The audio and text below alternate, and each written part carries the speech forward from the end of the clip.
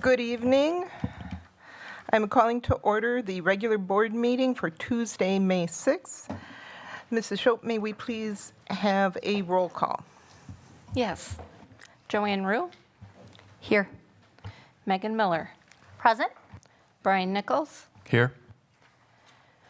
Tom Hankins is absent this evening. Amy Levy? Here. Juan Romero? Here. And Tia Johnson. Present. All members are here except Tom Hankins. Thank you. Thank you. I will entertain a motion for approval of the agenda. So moved. Second. Motion by Brian Nichols, seconded by Amy Levy. Any discussion? Hearing and seeing none. All in favor? Aye. Aye. Aye. Any opposed? Motion carries unanimously. Tonight, we have the privilege of having the assistant principal from Robinson Elementary here to introduce the students with the Girls on the Run Club. Ms. Papke?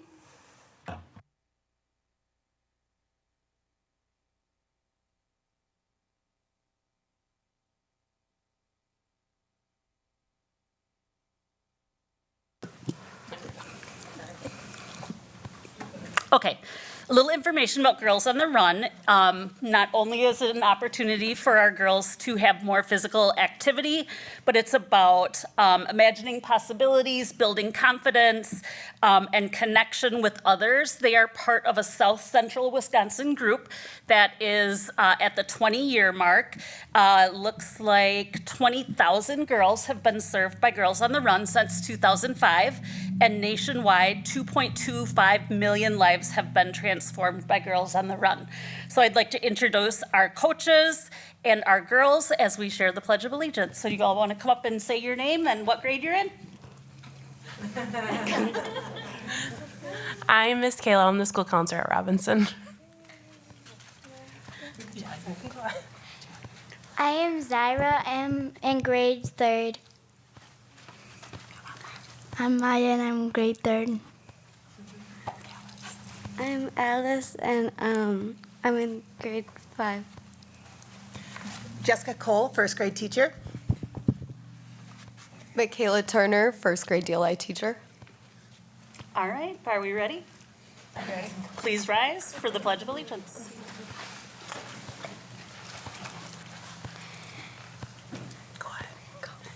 I pledge allegiance to the flag of the United States of America and to the republic for which it stands, one nation, under God, indivisible, with liberty and justice for all. Okay, let's take a picture, guys.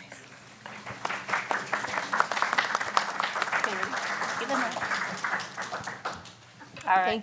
Thank you so much. Thank you. And mark your calendars, May 15th at 3:15 at Robinson. We will be having a fundraiser for Girls on the Run. It will be an ice cream social. Oh, thank you.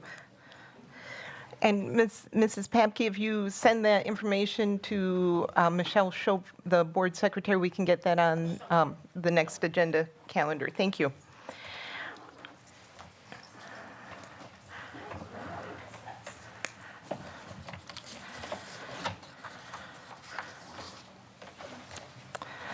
Tonight, we have our first regular board meeting with the new Board of Education.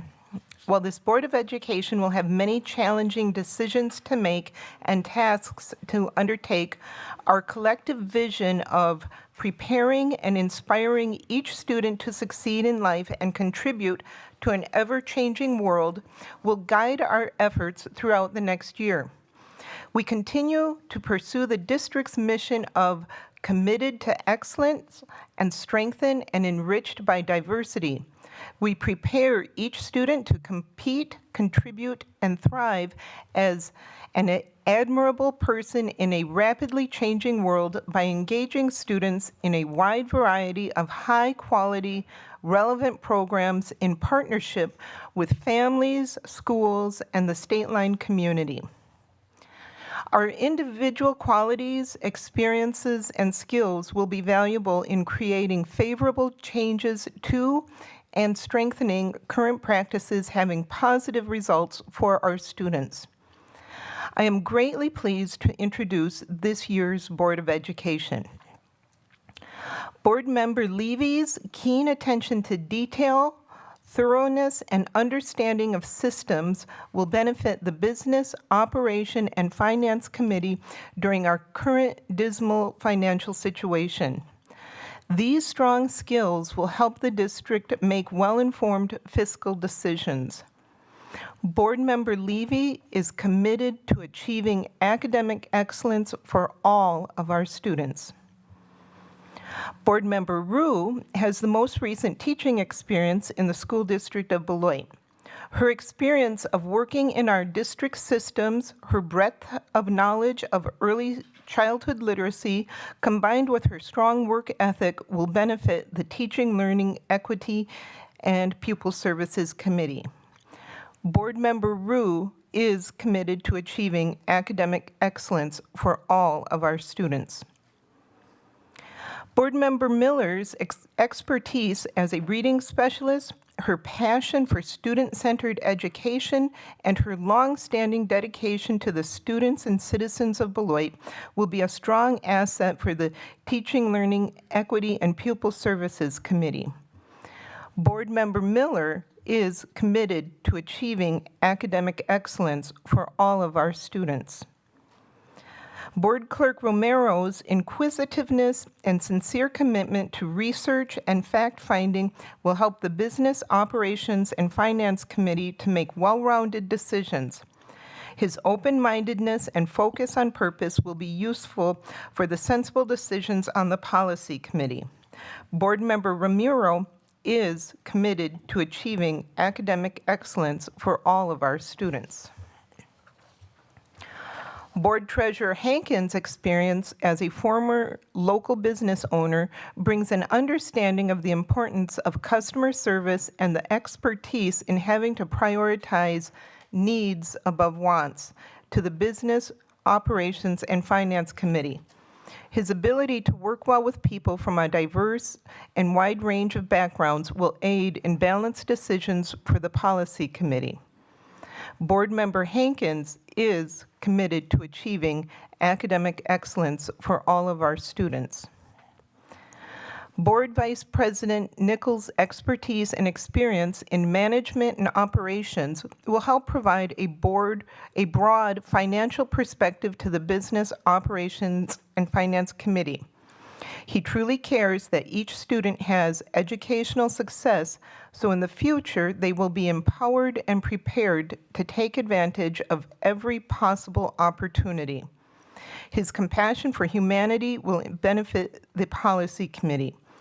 His ability to address immediate and urgent situations while remaining focused on our priority of providing high-quality education will help the board and community navigate our current financial difficulties. Board Member Nichols is committed to achieving academic excellence for all of our students. We should all encourage board and cabinet members to work collaboratively and professionally to find solutions addressing concerns of academic achievement, behaviors, financial stability, and staffing deficiencies. We are in a time of uncertainty and instability. It is critical we all focus on our collective purpose of providing a high-quality education for all of our students. This effort is not just the responsibility of the Board of Education or the cabinet members. This is the responsibility of this community to elevate the position of education and academics to the highest level possible. High-quality education benefits everyone in the community. It is the foundation of our community's future. The Board District has a new inductee to the Beloit Memorial Hall of Fame. Congratulations, Deb Prowse. Several staff, oh yeah. Several staff members were inducted to the Quarter Century Club. Congratulations to Deb Edmonds, Lori Gustafson, Teresa Henderson, Sarah Honig, Paula Hunt, Jennifer Murphy, Amy Rebout, Renee Rousseau, Mercedes Viramontes, and Jessica Wyde and Cindy Wilson. And forgive me if I mispronounced any of your names. We give you our greatest appreciation for your years of service to our students.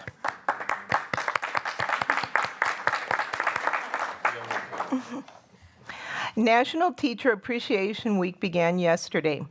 Let's all show our professional educators how profoundly grateful we are for their dedication to our students and for the positive impact their work has on the greater Beloit community today and decades to come. This concludes my report. Thank you. Next, we have announcements, upcoming events. Board Clerk Romero. Good evening. These are the announcements for Tuesday, May 6th. Join us for some fun at Converse Elementary School's Carnival. The carnival will be held on Thursday, May 8th from 4 to 5:30 p.m.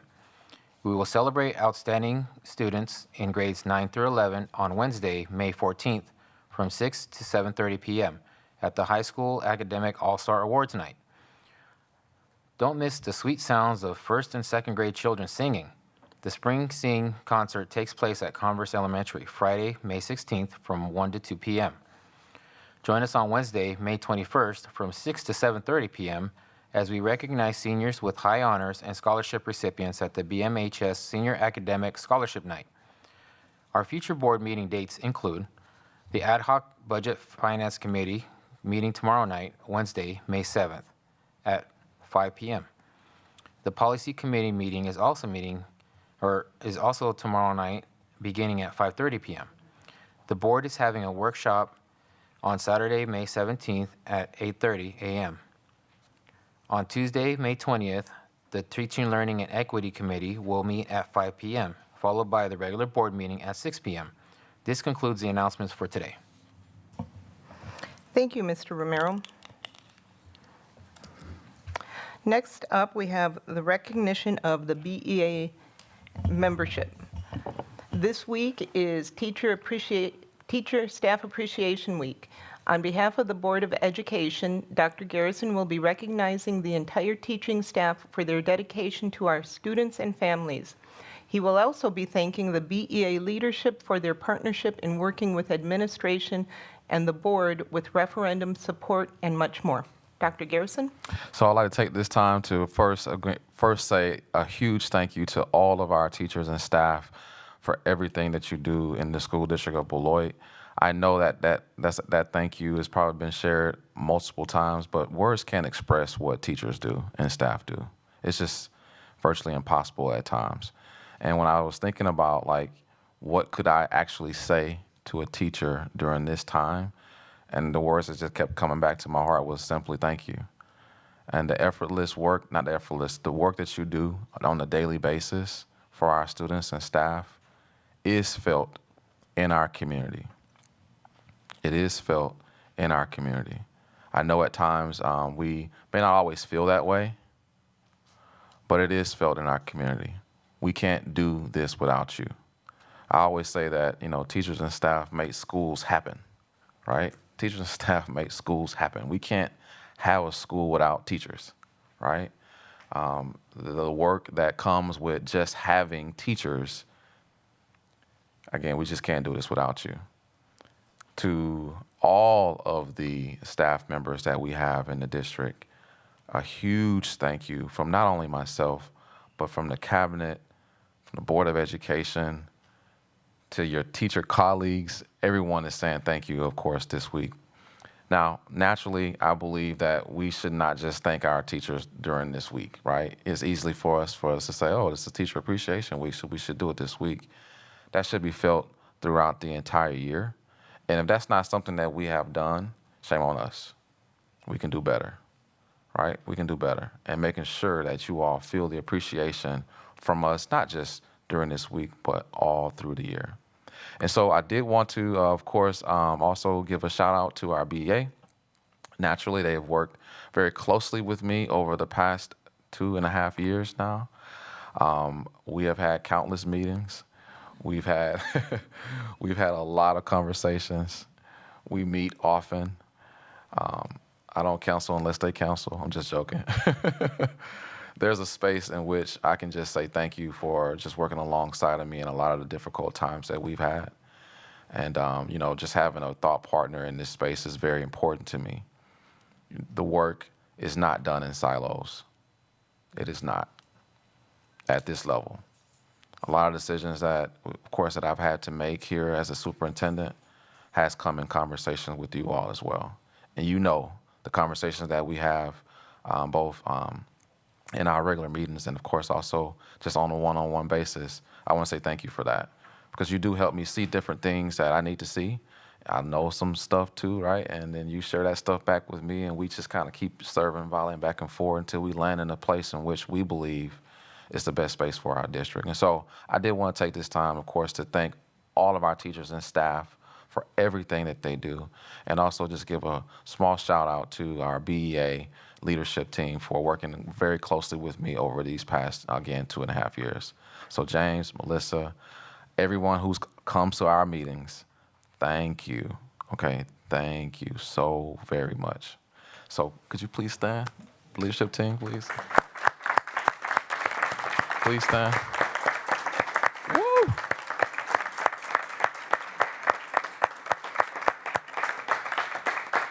They represent a body of people, right? And again, I thank them for their representation. And so every once in a while, it's just appropriate to do that. And so again, along with the Teachers and Staff Recognition Week, I wanted to say thank you for that partnership. Thank you, Dr. Garrison. Next on the agenda is public comment. Mrs. Shope, do we have any public comment tonight? Yes, we do. We have both people in the room and we have email. Okay. Speakers will be announced and invited to the podium by the board secretary. Each person will be allowed up to 3 minutes to speak. Should the individual require translation assistance, a translator may be of the individual's choosing or one provided by the district. Public comments requiring translation will be given 6 minutes. An individual's 3 minutes may be yielded to another individual. However, each person must complete a public comment card. An individual may speak on behalf of a group. However, no more than 2 people may yield their time to any one speaker. Individuals wishing to comment are expected to comply with the following norms in order to maintain a respectful and orderly meeting and to prevent discussion of confidential matters in a public forum. Comments should be directed to members of the Board of Education and not district employees, students, or other members of the public in attendance at the meeting. Signage, banners, or other materials which impedes any person's view of the proceedings shall be relocated. Speech that is belligerent, disorderly, disruptive, repetitive, or which exceeds the allowable time permitted for each speaker is prohibited. Concerns or questions that entail the disclosure of identifying information regarding specific students are prohibited. Response from the board, if any, will be limited to clarifying inaccurate information, seeking additional information from the speaker, or acknowledging that the speaker has been understood. The board will not debate with an individual, and the board may not take action on an item raised during public comment that is not on the meeting notice or agenda. The chair will interrupt and rule an individual who violates any of these norms out of order. If ruled out of order by the chair, the individual's opportunity to address the board will end immediately and the microphone will be turned off. Thank you for your participation and your courtesy. Mrs. Schultz? The first person I have is Stephanie, and I have Kristen yielding her time.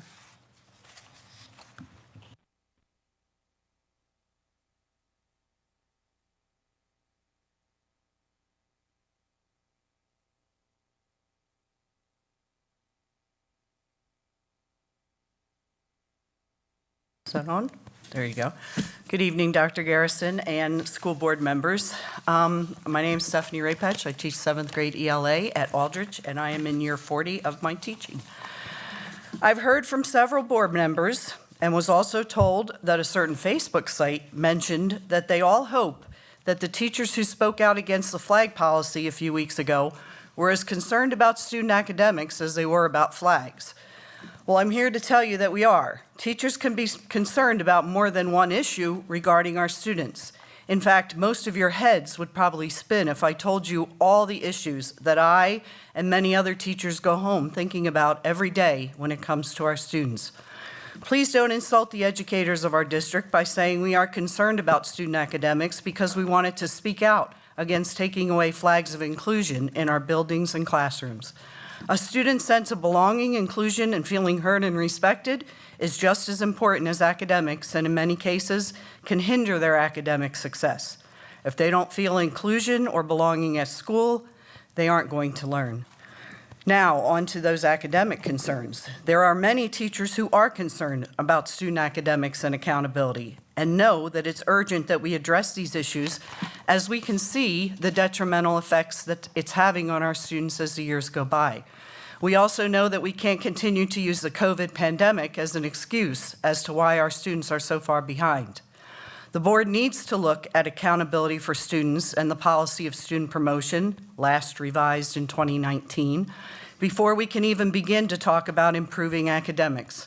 When I stood here a few weeks ago, I told you that I have amazing students, and I do have amazing students, but some of my amazing students need a little bit more help.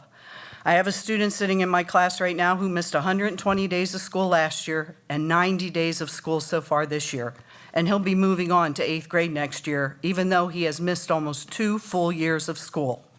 I also have some amazing students who sit in my room, and for what reason I can't tell you, but turn in absolutely zero work, and yet I'm told that I need to give these students a 50% grade and that they too will be moving on to the next grade next year.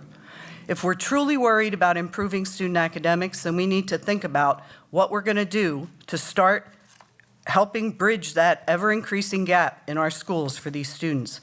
We need more small group interventions at an early age. We need more small group interventions in the middle school. We need intense focus on math, reading, grammar, and spelling skills in the classroom, and required attendance in summer school in core classes if these students are not meeting the grade level standards. None of these changes will ever happen overnight or quickly, but if we don't start doing something, our students will continue to fall further and further behind, and this will be an issue that continues to be brought up year after year, as it has been here for the past several. Teachers definitely are worried about student academics, and we want to see all of our students succeed. And we're looking for the help and guidance from our board to help us achieve this goal. Please look closely at these policies and do whatever is necessary to make those changes that need to be met to ensure all of our students' success. Thank you. Thank you. Next, I have James with Melissa yielding her time.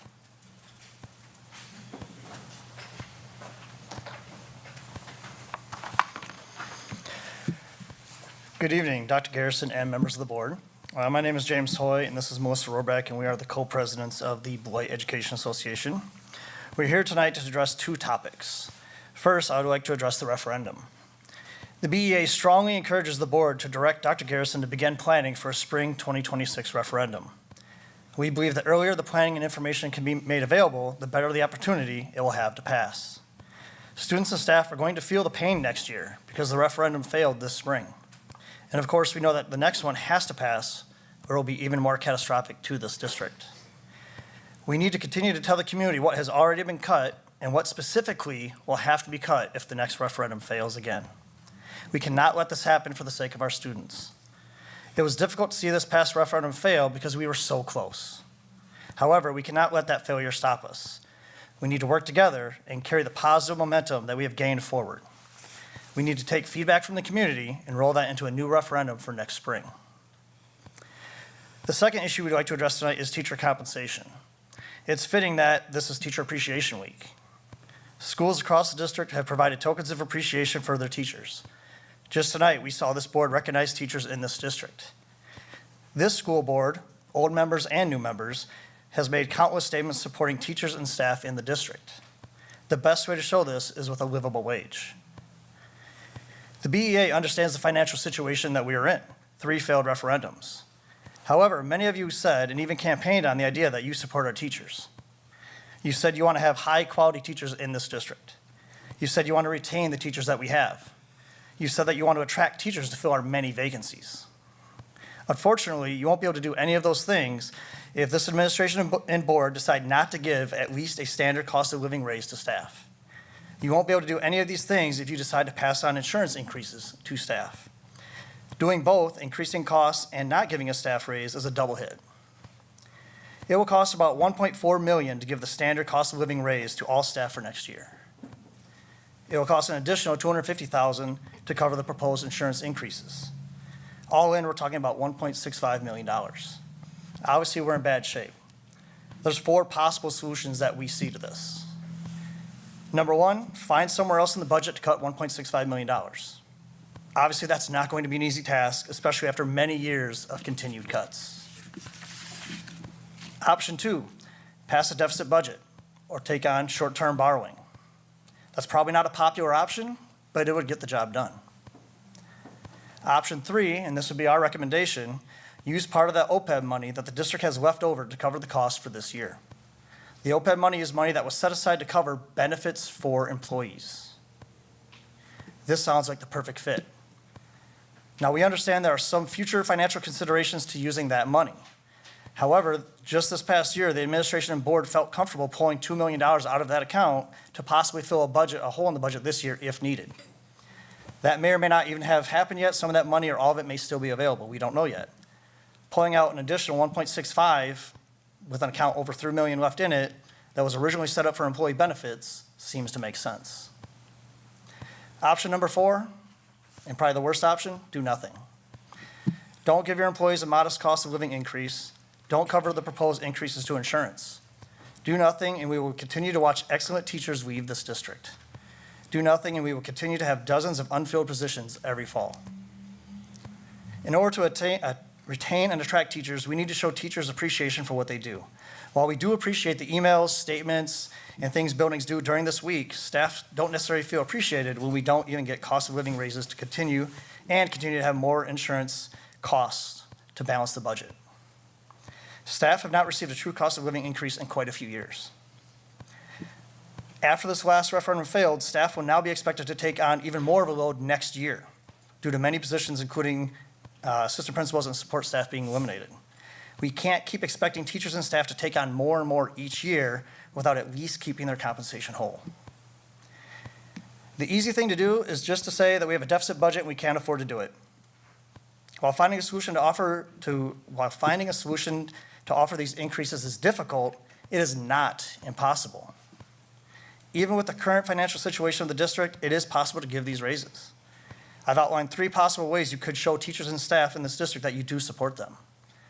Please consider all of them and find a way to finally give our staff the modest cost of living increase that they deserve. Thank you. Thank you, Mr. Hoey. Mrs. Schultz. Next, we have Adam.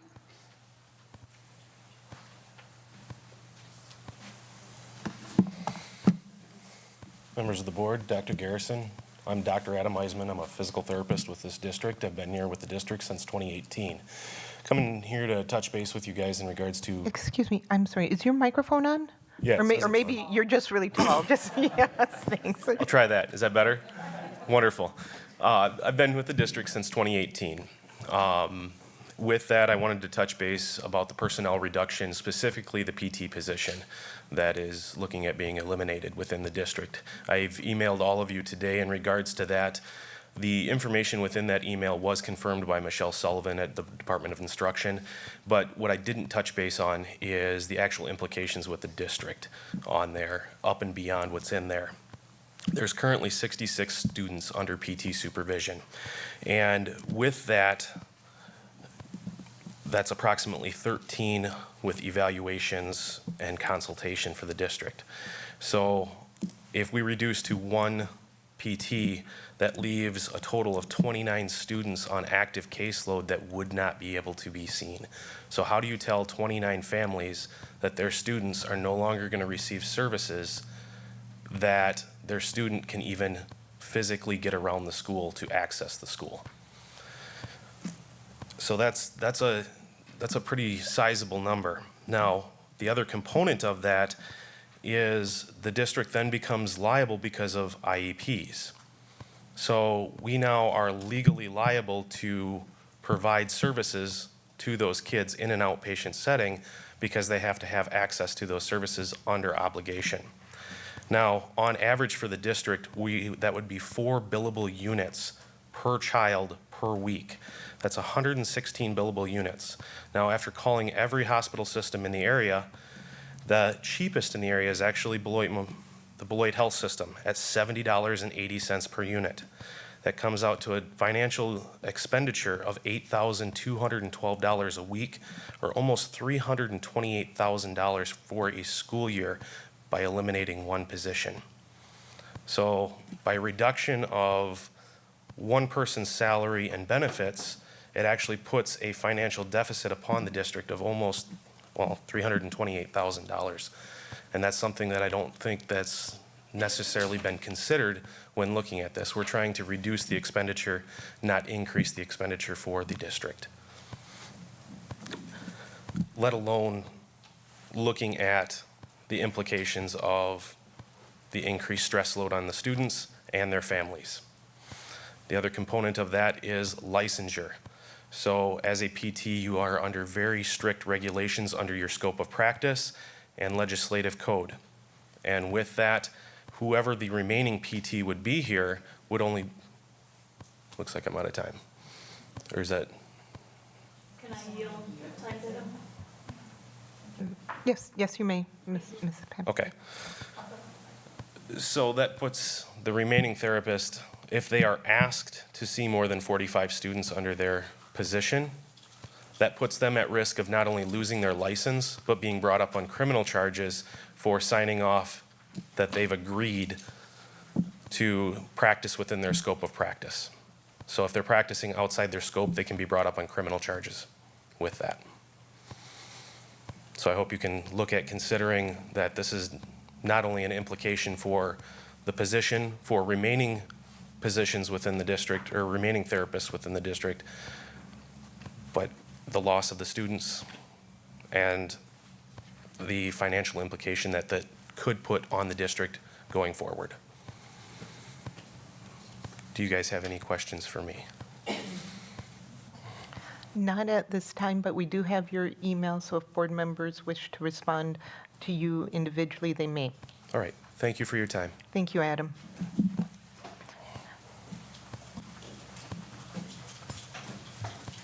Next, I have Sherry.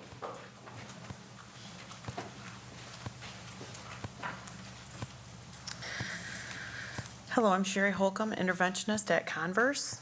We know some facts about our district. I deal with data all day long, being an interventionist. Here's our data. Mental health of students, all-time alarming state. Early intervention for behavior saves money and bigger issues in the long run.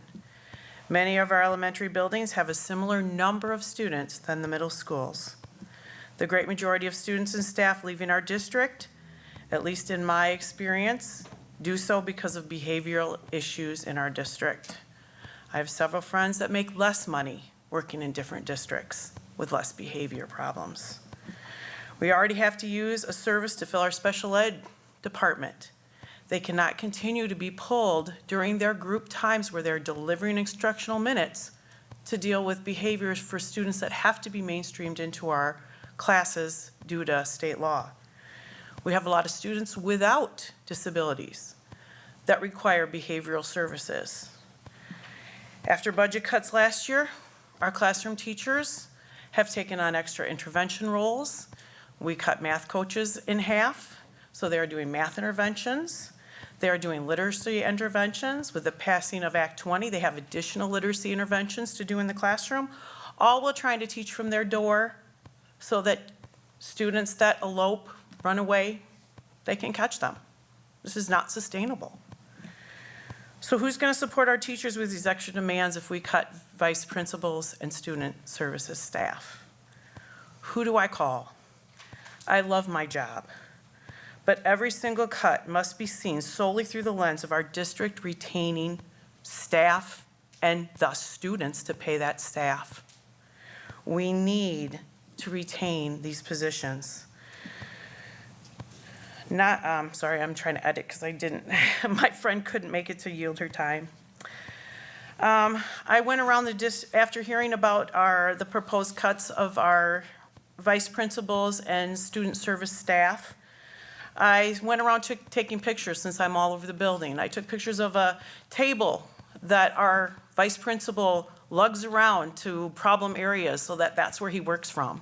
I took a picture of my inbox with a message from my principal with our staff newsletter at 5:30 a.m. and a message from our vice principal, an email at 7:30 p.m. I don't know how one person is going to do two people's jobs when they don't already fit in a day. And again, who do these people call?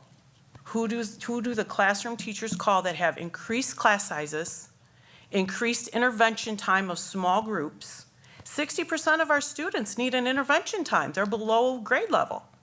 I think we are just the thought of not seeing the forest for the trees. We're cutting the trees down when our forest is not sustainable. I love my job. I want to have a job.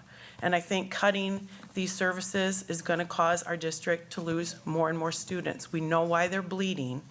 We need to put an end to it. Thank you. Thank you, Ms. Holcomb. That's all I have in the room. Now I have emails. Okay. Some of the emails were in spam and weren't read at the April 15th meeting, so some of them might seem out of time sequence. Okay. The first one is from Sheila. I'm asking that you do not display any pride flags or any other political agenda to our youth. The United States flag is a long-standing tradition that incorporates all citizens. Many of you may not understand the dire consequences of the queer ideology movement against our children and how it began and what its end goal is. It believes that children lack innocence and goes against every Christian and traditional family values. In fact, it's not inclusive. It is exclusive as it erases traditional beliefs in order to replace them. It confuses children as to their gender and introduces them to sexuality at too young an age. It erases parental rights, giving the state, such as yourselves, more rights as to how your beliefs are groomed into other people's children or grandchildren.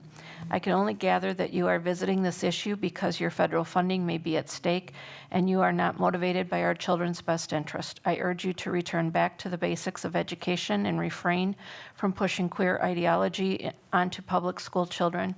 It is clear that our kids are suffering mentally and intellectually as reading, writing, and math skills plummet to all-time lows. Educators and administration hijacking them as they chase government monies. Parents expect that their children will receive, at a minimum, the same high level of education that they have received. Sincerely, Sheila. The next one is from Joan. Hello, everyone. It's Joan checking in. I hope this message finds you well. I want to take a moment to encourage each of you to embrace teamwork and foster a spirit of confidence as we move forward together. With our new board member new board members officially on board, it's time we shift our focus to what truly matters to our community, not just what board member Johnson thinks is valuable. Here are a few things I'd love to see from our board moving forward. Togetherness. While it's clear that some may have concerns about our current superintendent, let's not forget that he's delivering results. We have the data to back it up. Let's stand united in support of him. Clear communication. Board members, I urge you to share your thoughts openly during closed sessions. But let's remember the bigger picture when we vote. Teachers, students, and our entire city are relying on us to drive positive changes. 3, engage with me. I genuinely want to hear from you. Please share your thoughts on our plans to strengthen our unity. Your insights are invaluable. Let's work together to make a meaningful impact. Looking forward to your replies. God bless. Joan. The next one is from Skylie. Today is April 29th. This afternoon, the assistant principal at Hackett Elementary stood in front of her staff in tears as she announced her position had been officially cut. Not only is she leaving her position, but the district and the city of Beloit. That's the reality we're living in. We're losing people who serve our children every day. And yet tonight, the Beloit School Board has chosen to focus not on staffing crisis, not on student outcomes, but on flags. This feels like 1925, not 2025. Beloit's strengths has always come from its diversity, but the passage of this flag policy is a clear act of disenfranchisement, targeting voices and identities that already fight to be heard.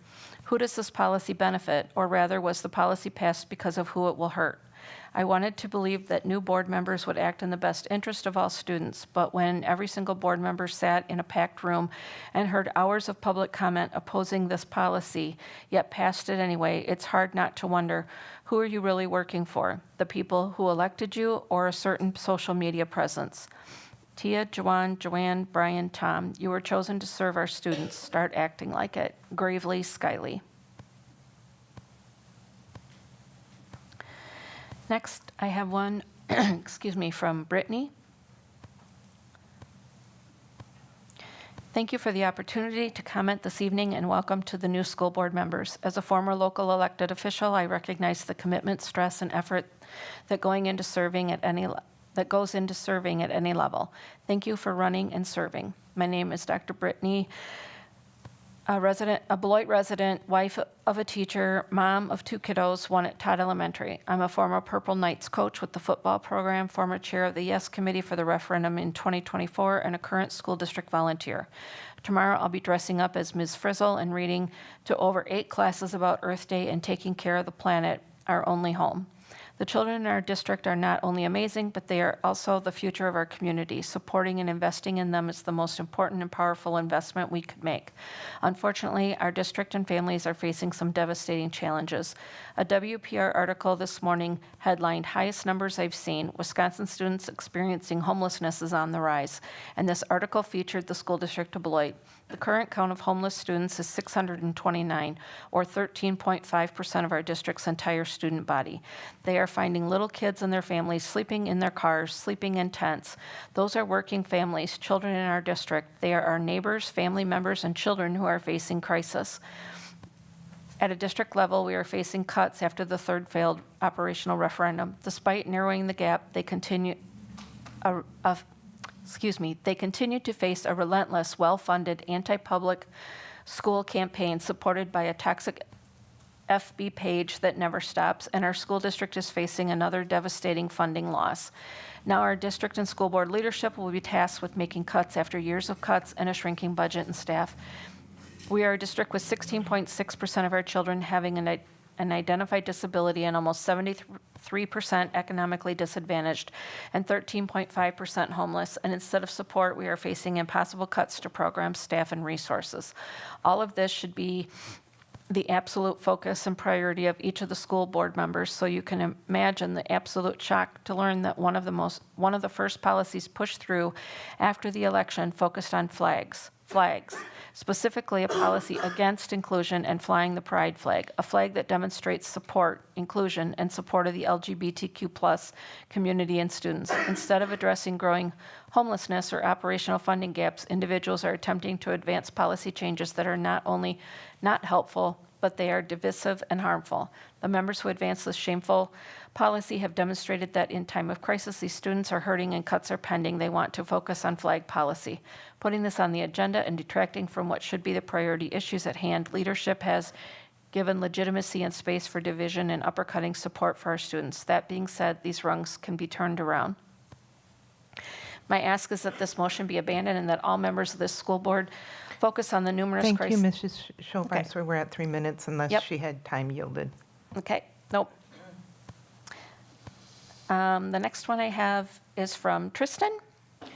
Yesterday at a meeting, I was devastated to learn that the assistant principal positions are the first positions that are going to be cut. While everyone understands that the referendum didn't pass and cuts need to be made aware, it is beyond foolish to consider cutting the assistant principals who, with the building principal, are the main support system for the staff and students.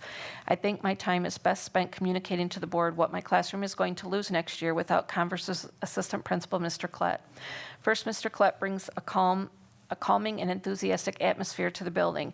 He has built an amazing rapport with the students. They trust and respect him and know he is there to help and support them.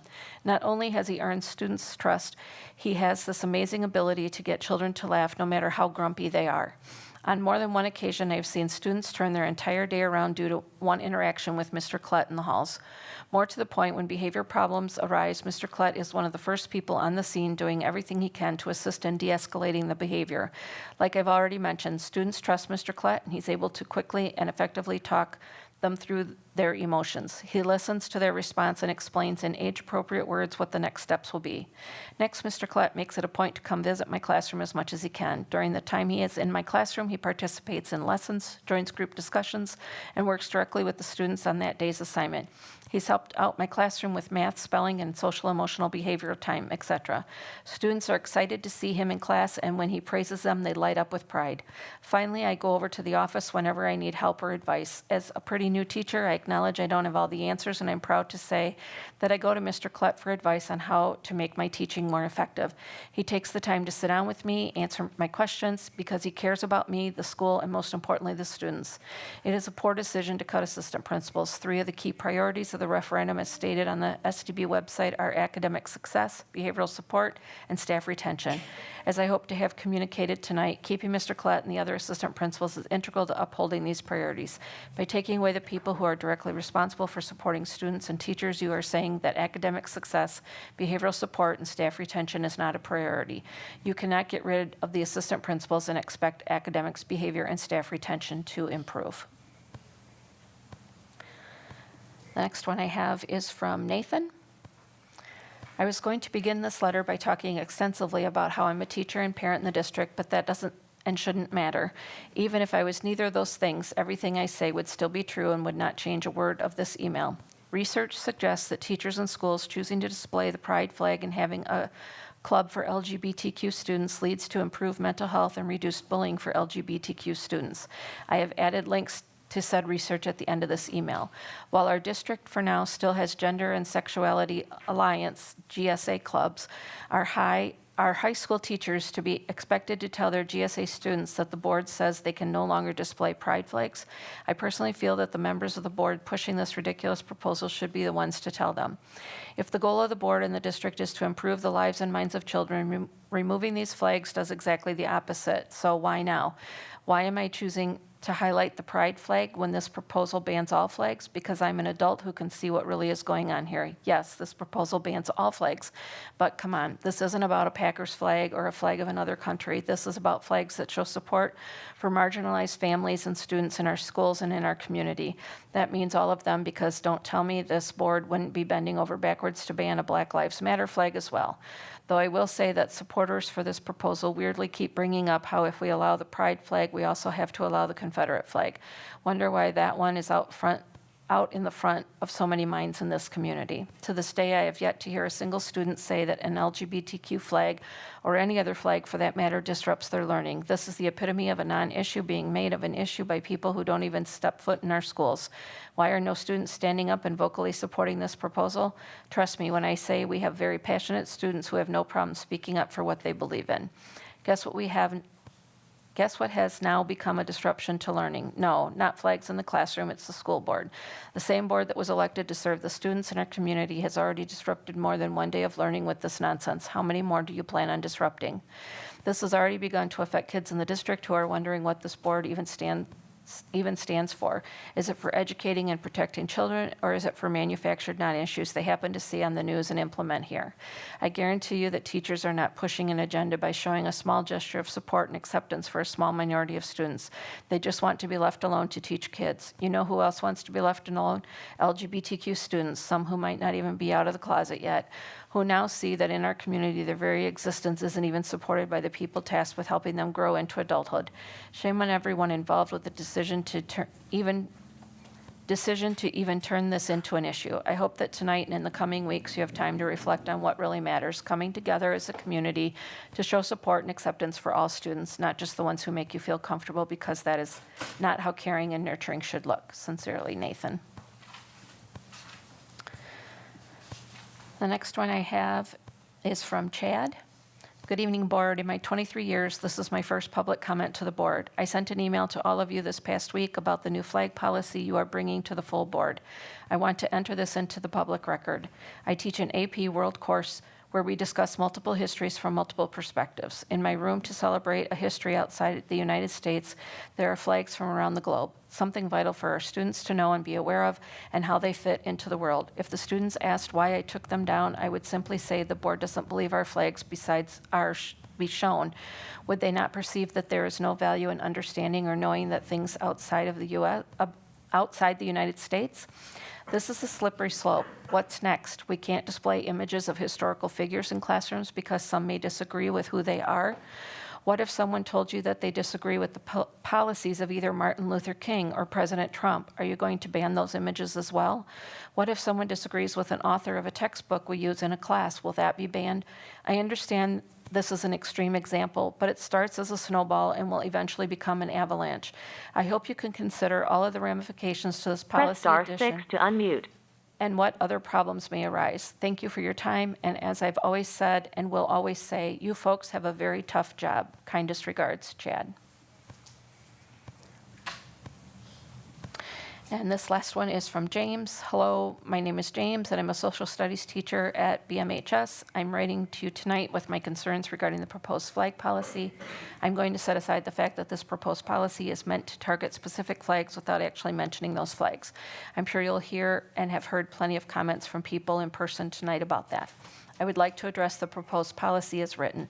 It's an extremely limited policy, and I encourage the board to pull the proposed policy off the consent agenda and to send it back to the policy committee. The policy as written would ban 3 flags that I currently have in my classroom. I have a City of Beloit flag, a Chicago Cubs flag, and a Vote flag. According to the proposed policy, each classroom, district-owned school building, and administrative building shall fly or display only the United States of America flag. Some might say that no one would complain about any of those flags except maybe Brewers fans, and that the policy is not about those flags, but that's not how it works. You can't have a policy in place that is that restrictive, but say some flags are okay while others are not. According to the proposed policy, only the United States flag is allowed. As co-chair of the Social Studies Department, I can tell you that almost every classroom in our department would currently violate this proposed policy. We teach history and geography, and both of those subjects involve using flags from around the world. Many of the classrooms have flags from multiple countries.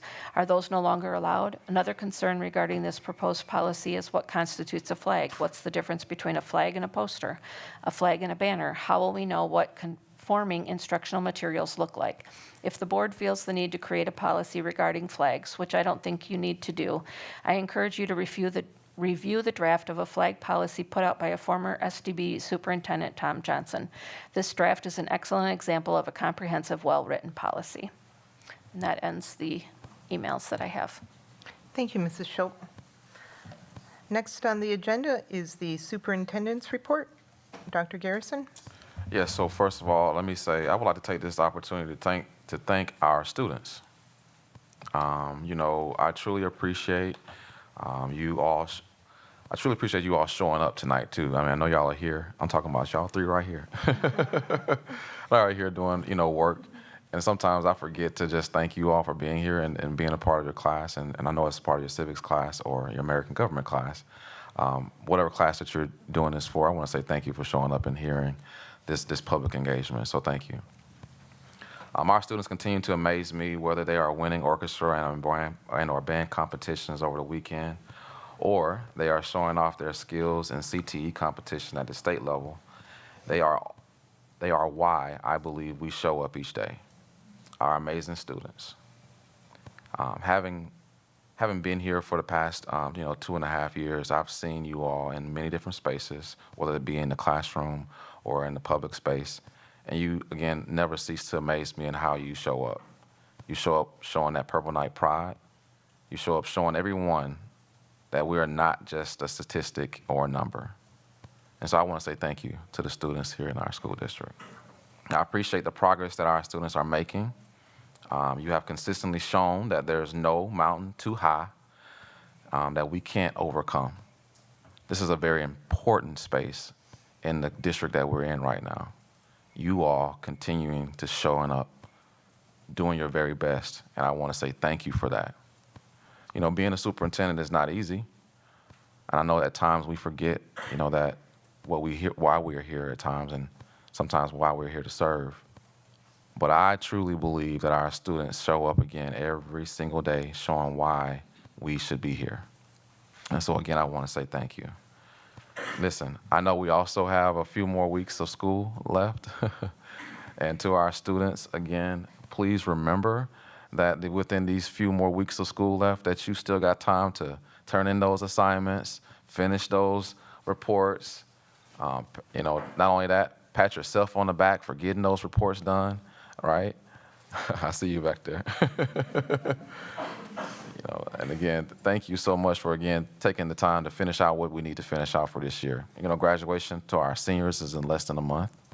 I know it's hard to believe, or almost a month.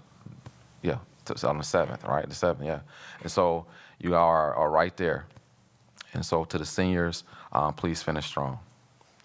To the staff, I too believe that you are what makes schools go. Your connection to our community is second to none.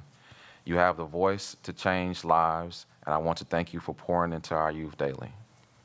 Your knowledge and your ability to bring learning forward in an engaging way is special. People who dedicate their lives to working with young people are special. To me, you take that same learning and you turn it back on ourselves. So you, as students, have to understand that we're learning with you. And I believe that our teachers take that learning and they use it as energy, right? And they bring that back again and again and again. It's because you keep showing up. I also want to say that, we are definitely in a challenging space right now.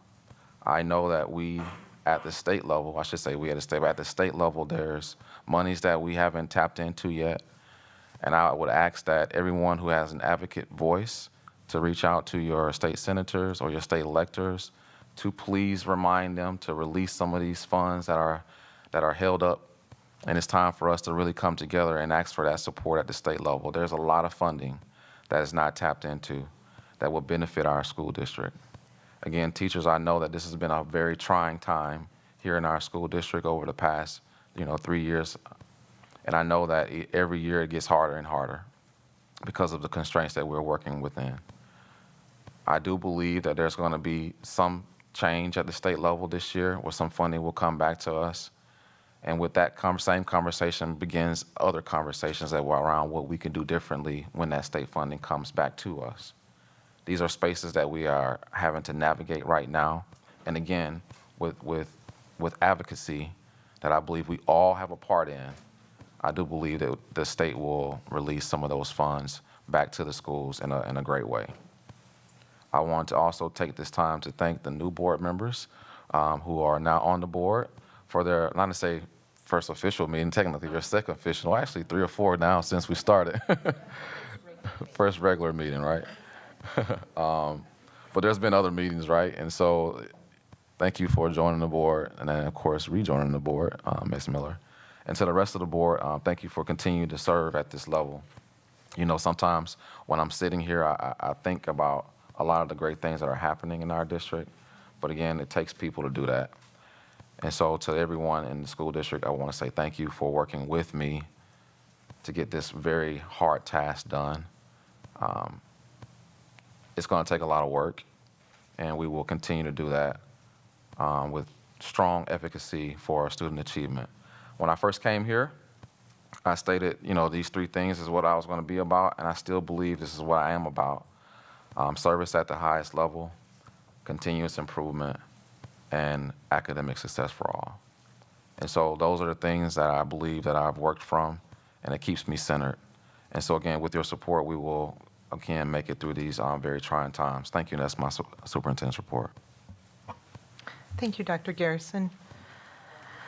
Our next agenda item is the spring 2026 referendum.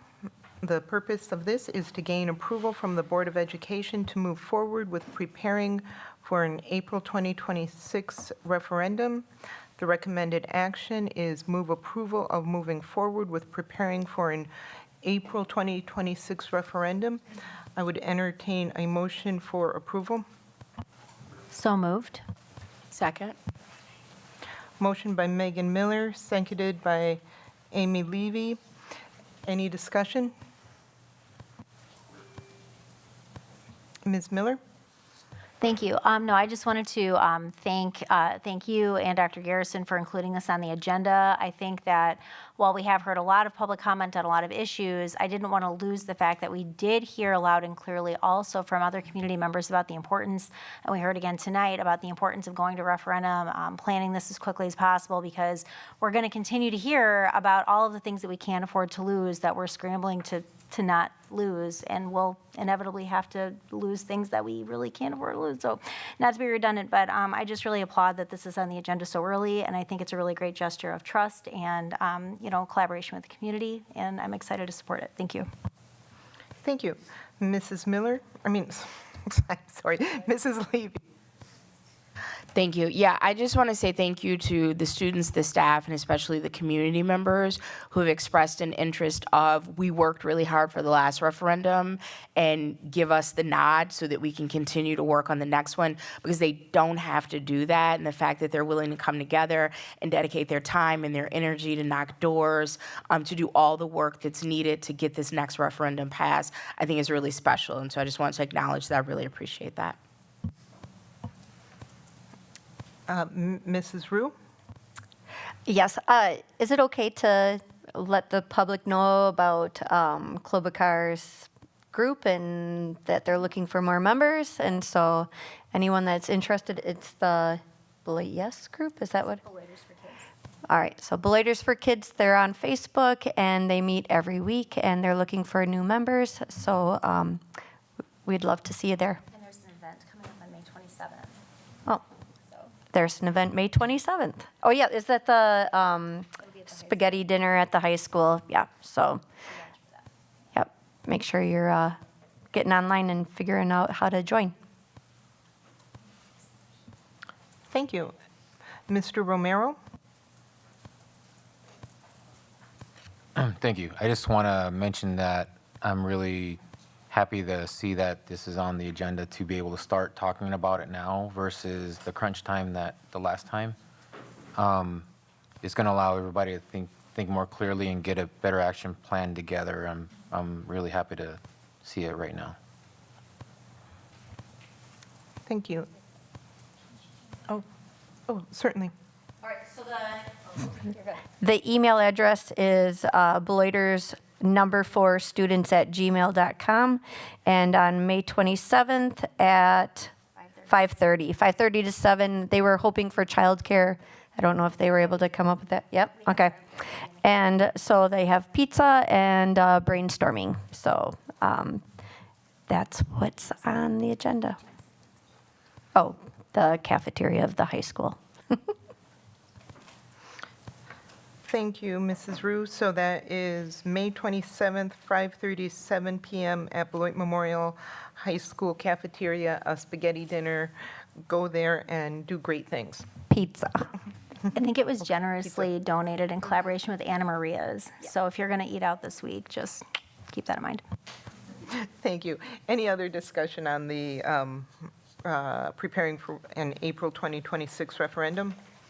We have a motion and a second for approval of moving forward with preparing for an April 2026 referendum. All in favor? Aye. Aye. Aye. Aye. Aye. Any opposed? Motion carries unanimously. Board President Johnson? Yes. I'm sorry, this is out of order because we just voted, but I just got so excited. I did intend to ask, could we at a future agenda then talk about community engagement opportunities to start crafting that community feedback to Roland? Thank you, sorry about that. Ms. Miller, would you mind sending an email to me to keep me focused and on my toes? Thank you.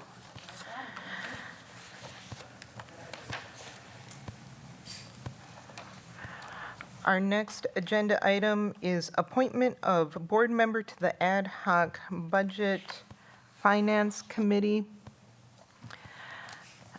The purpose of this, a member of the Board of Education should be appointed to fill the position vacated by Greg Schneider on the Ad Hoc Budget Finance Committee. It should also be determined how to handle Juan Romero and Joanne Rue's Ad Hoc Committee appointment from last January, now that they are sitting board members. Tom Hankins is a current member of the Ad Hoc Committee who replaced Brian Anderson in January 2025. On January 9th, 2025, the board moved to add Juan Romero to the Ad Hoc Budget Finance Committee. That motion was then amended to include an invitation to all non-board member candidates who are not board members. 3 of the candidates, Bill Johnson, Juan Romero, and Joanne Rue, joined the Ad Hoc Budget Finance Committee in January 2025. Dr. Garrison? So yes, the ad hoc committee naturally has a position that the board, again, used to, not the board used to, of course, with the vacated space, as you just read. So I believe we would need to either, vote to put someone else on, or someone could, of course, volunteer to be on that committee. I just want to make sure that we stay in order as it pertains to the requirements of the ad hoc space. Thank you. Mrs. Rue? I have a question. So since there's 3 of us that are presently part of it, is it okay for 3 of us to be part of it? So I would say, well, I hate to say yes and no, because then it's oxymoron. It does present, right now, as the policy reads, a person can be appointed. The board members can always come and listen, but then you all have been participating as well. And so that's a space where I would, need some more board guidance, to be honest with you.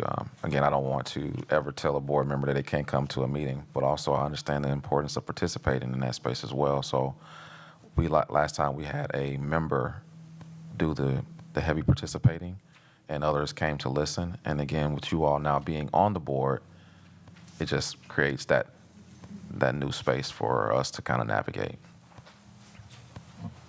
Thank you. Mrs. Levy? Thank you. Just a couple things that we may want to consider.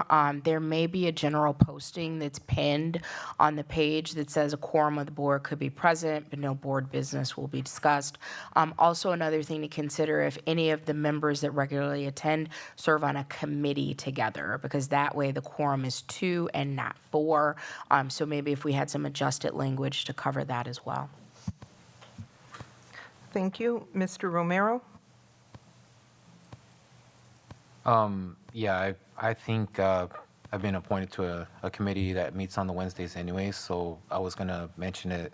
It might behoove me to drop from the ad hoc to be able to attend to the committee. That'd probably make things a little bit easier as well regarding the quorum issue, possible quorum issue, but that's just my opinion. I'm okay with. Okay. So then if you are stepping down, that leaves Joanne Rue and Tom Hankins, who I believe we would not have any conflict with committee standing. And Joanne, do you have a preference of if it's you or Mr. Hankins that would serve as the board representative? No. I'm good either way. Okay, I'm good either way as well. Can I? Go ahead. Sure. So I think it'll be important just to note that, Mr. Hankins has also been coming to some of the meetings. I know you kind of mentioned that a little bit. To be honest with you, Mrs. Rue or Mr. Hankins could, of course, serve in that capacity. You both have chairs that you chair, and I believe both of your chairs are on Tuesday. So again, it's wide open. So I would just ask that the board kind of make a decision on who will serve in that position. And again, the other can always come. So that's just kind of where I'm at right now, just based off of the policy. Okay. Mr. Nichols? Mr. Hankins is also on the policy committee that meets on Wednesdays. So, Thank you. You're welcome. I'm trying to keep those balls juggling, or the chess pieces. I'm sorry. Not the So Ms. Rue, Thank you. Ms. Rue, would you mind accepting the position of board representative to the ad hoc committee? Gladly. Thank you. I appreciate that. If there are no objections to that, and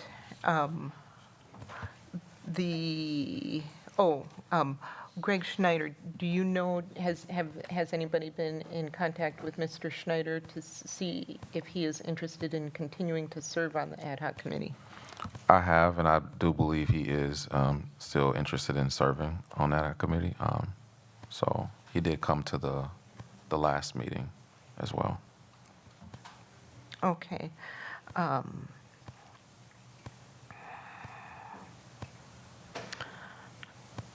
I will entertain a motion to approve Joanne Rue as the board representative to the ad hoc committee and the addition of Mr. Schneider to the ad hoc committee list of members. So moved. Second. Motion by Amy Levy, seconded by Brian Nichols. Any discussion? Hearing and seeing none. All in favor? Aye. Aye. Aye. Aye. Aye. Any opposed? Motion carries unanimously.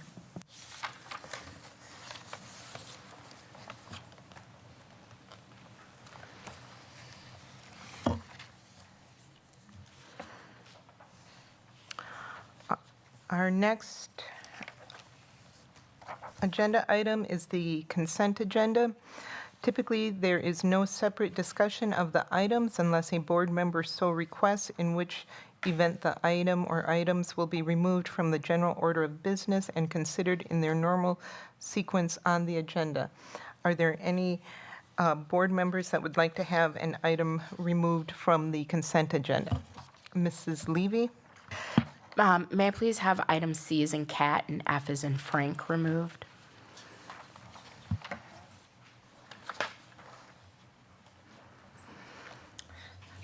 Mrs. Levy would like item C and item F removed. Mrs. Miller? Thank you. I was just going to ask for F as well, so I'm good. Okay, thank you. I will entertain a motion for approval of consent agenda items with the exception of C and F. So moved. Second. Motion by Amy Levy, seconded by Joanne Rue. Any discussion? Hearing none. All in favor? Aye. Aye. Aye. Aye. Aye. Any opposed? Motion carries unanimously. Mrs. Levy, item C. I just need to abstain because I didn't attend that meeting.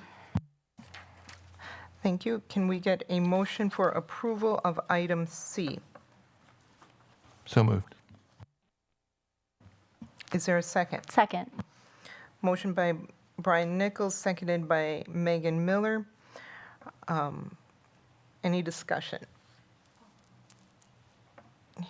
Hearing none, all in, I'm sorry, thank you. Mr. Romero?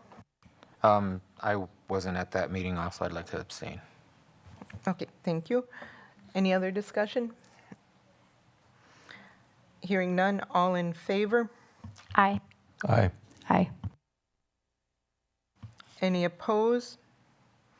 Any abstentions? I'm abstaining. Abstain. Motion carries with 2 abstentions. The next item, Mrs. Levy, item F. Thank you. Could someone explain the motivation for changing the amount of donations from $1,000 to $100? And then if the administration could weigh in if there would be any negative impact, such as delays, et cetera, that would be helpful. And then I have one other question after that. Thank you. Mr. Nichols? Yes. The whole idea is to recognize people who are contributing to the district regardless. You know, $1,000 is, I understand the reason it was $1,000, but I think in today's world, I think we should also recognize the folks who are contributing 100 or more, because that's more reasonable for most of the people in this community. And secondly, it doesn't need to be have 20 people come in, but it's just a list of those who contributed for the month. And shown at the board meeting on the agenda. Thank you. Do you have any more questions?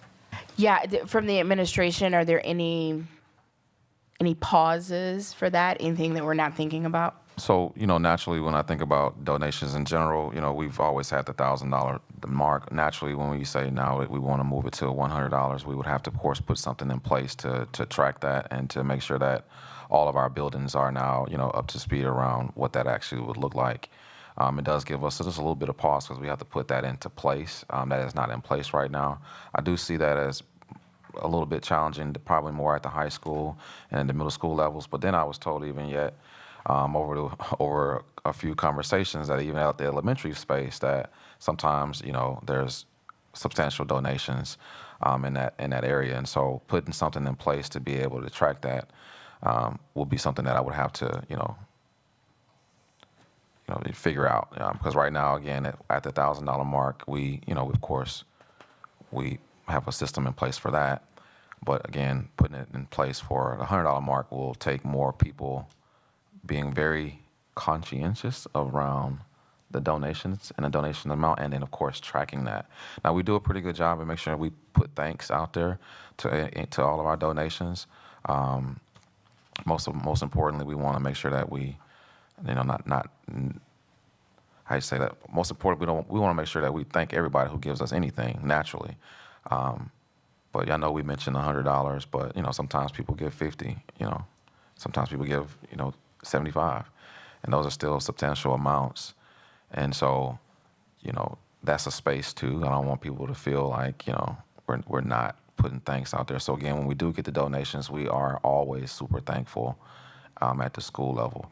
I guess this being on a report, is this really just for the board to know, or are we just, that's my only other question. Like, is it just a board space that we really wanted to make sure everyone is recognized, or a whole community? The other pause that I have is sometimes people don't want their names known on certain donations too. We've come across that sometimes as well. And so, making sure that people know that this will be public is a space that we have to kind of navigate. Thank you. Mr. Romero? No, is it okay if I finish up, or if you want to round out? Either way, either way is fine. I thought you only had 2 questions. Go ahead. Yeah, I didn't get to the second one yet. So just for clear, an amended system needs to be put in place. Would it be helpful if this started at the beginning of next school year? That would give you kind of some room to make sure that anything that fell under this revised policy wouldn't be lost. And then I guess my other question is, in an effort to make sure that our policies are coherent and that they complement each other, has any thought been given to the existing policy with respect to fundraising and the new policy that I believe the policy committee will review tomorrow for booster clubs? And the reason I bring that up is that there's a current fundraiser going on now for one of our sports, and it's not selling a good or service, it's just asking for pure donations. And parents and guardians have been told that the goal is $10,000. So there will be several donations there. And so just another thing to keep in mind. So if we do implement this, things are not falling through the cracks. And then are in-kind donations included? Is it a value of $100? And is there any interest to specify that in the policy? Thank you. Mr. Romero? Sorry. I was looking at this also, and again, I was also wondering where it was coming from, and I started thinking about it. This is actually not a bad start to help with the transparency issues that the district has been having. This can also serve to the public to show, hey, we are appreciative of any kind of help from the public, and also to show, and I'm 100%, 1,000% confident Dr. Garrison will find a way to track it properly. And doing that, I think it shows a really good effort of transparency. Regarding that, an anonymous option I would like to see in there as well is to donate regardless. This way, we know, yeah, we did receive a donation. However, the donor would like to remain anonymous, which I like to donate myself like that when I donate. So I'd like to see that in there as well. I don't know if it needs to be written in the policy, but if it needs to be, then I would like to see it there. Also, I was going to ask about when to start this as well. So we would, I don't want to rush anything and have it done to where it's done improperly. I want everything to be planned out right and properly. So whether the beginning of this school year would be too soon to get something going regarding the tracking. I have a few ideas. However, Dr. Garrison, it's on your schedule. So I guess we can work together with that. But those are just some things I'd like to consider. Thank you, Mr. Romero. Ms. Miller? Thank you. So great minds. In the spirit of full transparency here, I sent an email ahead of time just because I didn't want to take a lot of time at the meeting, but I got wonderful responsiveness from our board leadership, so I really appreciate that. So I had asked, given that we don't have currently a reporting system set up to accommodate getting this information, could we consider making this a policy effective maybe at the beginning of next school year, so same page.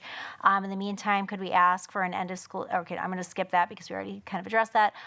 Is there a way to just check with people who donate beforehand to ensure they want their names shared? So I'm wondering too if that could we maybe need to give our administration time to figure out what is the easiest way to give, given what we currently have as a resource, and what is the time opportunity cost of setting that up. So maybe the beginning of the school year is too ambitious. I don't know until we ask. So I just wanted to put that out there. And then also and I think Board Member Johnson did a really nice job addressing this too, just already, and Dr. Garrison as well, making sure why is $100 necessarily the right number? I mean, there could be an anonymous donation of $20. That's a huge burden to somebody, and we don't know what we don't know. So I think I appreciate so much the spirit of why this came up. I fully am on board with, and thank you for putting the thought into it. I just want to make sure that we can pass this with enough flexibility to allow the administration, to the point that Mr. Romero just made, to execute this in a way that does not have a large cost of time, right, or error associated with it. So I'm going to actually defer to Dr. Garrison to see what he believes would be the best if we do pass this evening with the delayed start time. and possibly with any changes that might need to happen for language about like what is considered a donation, whether it's in kind, et cetera. So thank you so much. Thank you. Brian Nichols? Okay, good discussion. Yes, and whoever brought up anonymous, I think it was Board Member Romero. I think that's definitely a good idea. I don't see any problem with starting at the new year. I think that's a great idea too, to give the administration time to track it. I believe all the donations we get come in are posted on the accounts receivable register, correct? So there's the place to start. I'm assuming that's your department, but anyway, that would be the place to start. So yeah, I think we could give this some more work in the policy committee and have a discussion there and move forward with it. Targeting September, whatever the new, I don't even know what the date of start of school is. September do we know? Whatever the first day of school is. September 3rd or 4th, yeah. After Labor Day. Okay. Thank you. So if you'll indulge me for a moment, this may prevent this policy needing to go back to the policy committee. So let me just read through what I am recommending as proposed changes and see if we can just polish this off now. If you have the policy open and you're looking at that third paragraph, if we keep the amount as 100 as listed, that second line, if the gift amount is valued at $100 or more, parentheses, including in-kind donations. I think that would address one concern. And then if we jump down to the next line, well, I'll just continue reading. The superintendent shall include the formal acceptance of the gift or bequest on the board agenda, excluding donors that wish to remain anonymous. And then not necessarily that it needs to be in policy, but in admin regs, I think it would be helpful for groups or organizations that are just doing true solicitation of funds. So they're not selling candy bars, they're not providing a service, because that would be considered a donation. If they can just be reminded to make sure that the person who's donating wants this to go purely to this specific thing. Because if that's not clear, according to this policy, those funds then get turned over to the board for the board to decide where those funds go. Again, I don't think that needs to be in the policy, but if that could be in an admin reg, so folks know that's a good practice, so the money goes where the donor intends it to go. And then if we could just agree to include in the motion language to be implemented at the start of the 25-26 school year. So one, does anyone need me to repeat anything? And two, is anyone opposed to those edits so we could kind of keep this at the regular board without bumping it back to policy? Mrs. Shope, do you need Mrs. Levy to repeat that?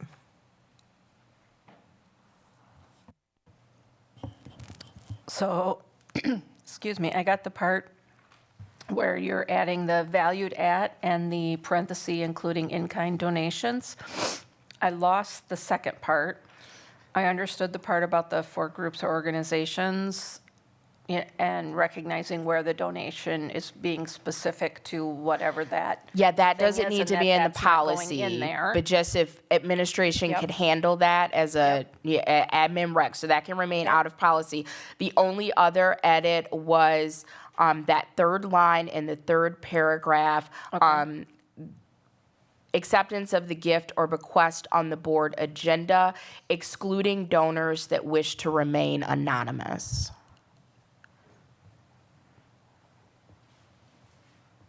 And then whoever is making the motion language, if we could include to be implemented at the start of the 25-26 school year. Okay.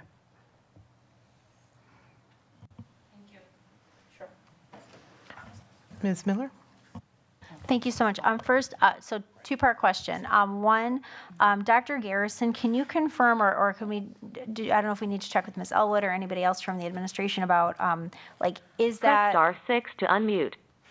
Is that, does starting it at the beginning of the school year, give us enough time, given all of the other, I mean, this is good stuff. I'm not, I'm totally on board, but I just want to make sure we have a lot of things, right, to prioritize. Is that a realistic timeline?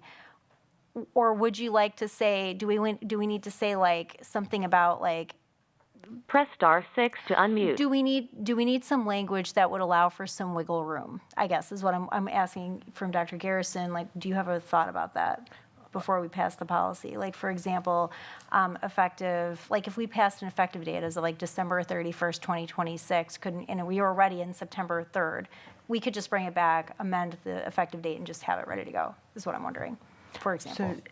So you're asking for a date other than the start of the 25, 26? I just don't know. Like, I don't know what their workload is like or how long that might take, or I don't know that they necessarily know how long that might take because this is a new idea, and I want to support it. And to Mr. Romero's point, I would love for it to work really well. Press *6 to unmute. Okay. Dr. Garrison, I'll let you answer that. Sure. There seems to be some technology. I want to make sure to.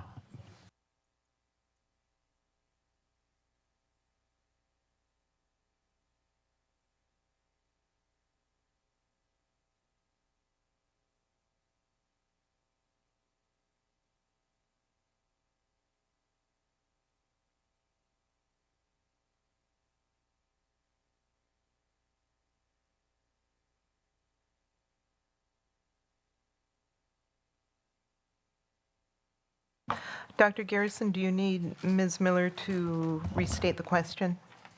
No, I'm fine. Thank you for that short check on technology there.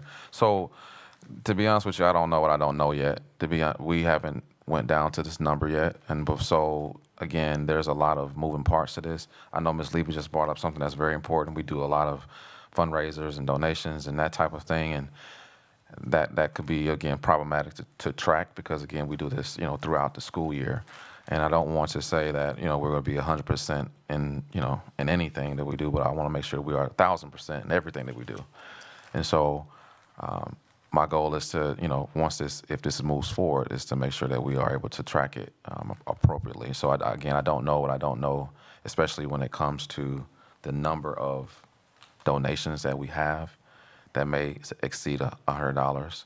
And so the fundraiser piece does give me a little pause, but I think Mrs. Levy's wording does help us there a little bit, which I wasn't necessarily thinking about because I was putting that separately, but I guess it does make sense to make sure that's in the policy. So if a September start time is feasible and we can, have everything in place, I think that would work for us. If it doesn't, I'll just come back to the board, let you all know that we're not prepared to, move that $100 conversation forward. And hopefully at that point, the board can give me a little more time or make some adjustments to that. Because I want to make sure that all of the schools know that this is a new thing. And that means we got to train, administrative assistants, it'll just be a different thing. So if you will allow us to have a September start frame, and if it isn't in place, then I'll come back to the board and let you all know. Fair. Okay, I'm certainly comfortable with that. Ms. Miller? No, thank you so much. And just because we took a break and then Board Member Nichols and I kind of had a side conversation, I just want to convey to the World Wide Web and the audience like what that side conversation was. My other question was just the language about like which board meeting will it come up, will these donations be shared upon was open to me. And I just wanted to, like, for the sake of making sure we're on the same page, we're asking our administration to do something new for a really good reason to hopefully encourage things that will be supportive of our district, and it's all good stuff. I just want to make sure we're all clear that no one's going to come and say like, hey, Dr. Garrison, like I just donated whatever last week and why wasn't it on next week's board agenda? So I think like if we don't need language to specify if we're all in agreement that like at whatever the earliest reasonable time is, then I'm good just like leaving it as written. If anybody, including Dr. Garrison, has any concern that we do need to add some language that just says that like the earliest reasonable possible time, whatever, I don't really think it's that big of a deal, but it's a new thing, so I'm just trying to be thoughtful about it. So that was what Mr. Nichols and I just talked about kind of offline here just a moment ago. Thanks. Certainly. Dr. Garrison, would you like to address that question? Sure. So I would hope that we could, bring this up once a month. Again, tracking anything is pretty tough. So, especially when it comes to funding. And so just like we do our monthly financials, I believe we can probably bring this up once a month. Mrs. Elwood, team, do y'all have any thoughts to that at all? Okay. So maybe we can just do it once a month during the monthly financials. Do we need to amend language, or are we all okay with just that as an understanding? I would say it works best for me as an understanding, but Perfect. that's up to you all. Mr. Romero?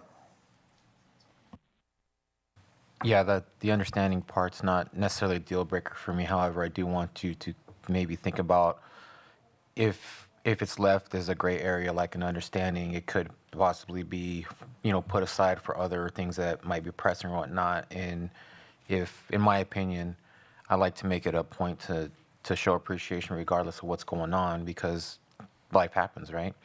So I would probably recommend just picking one of the meetings, consistently, maybe put it in the policy on the first meeting of the month or second, or whichever we decide, but just to have it so it's a steady on this meeting, it'll be mentioned. Because when the community does feel that they're appreciated, they're going to offer more support, which in turn just turns out at the end of the day to benefit our kids and our students. So that helps achievement, that helps with the needs that we need, helps provide things for us like safety that we're going to need also. So I think it's a good idea that way, but it's just an opinion. Whatever we decide, we decide. Thank you, Mr. Romero. Mrs. Levy? Thank you. So I'm going to use this as a plug for admin regs. And in the spirit of, some of you have been on the board long enough, have heard this before. In the spirit of transparency, we are supposed to have admin regs, and we have a total of 1, and it deals with ID badges.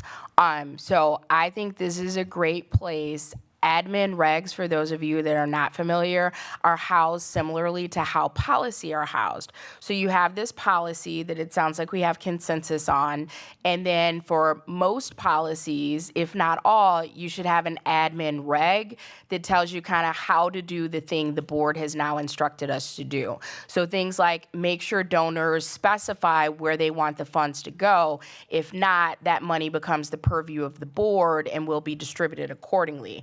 Things like as often as possible or as in a reasonable time frame, individuals who meet the criteria will be acknowledged in this way. That doesn't need to be in the policy, but I would love to see us have, moving forward, a more robust admin regs. So that's my 2 cents. Thank you. At this time, I will entertain a motion for consent agenda item F, policy 840, public gifts to schools, for first reading. I move approval of policy 840 as amended with a implementation date of the 2025-2026 school year.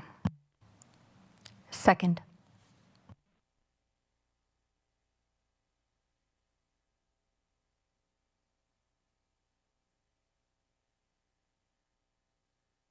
We have a motion of approval of 840 as policy 840 as amended with implementation date beginning the 25-26 school year by Amy Levy, seconded by Joan Rue.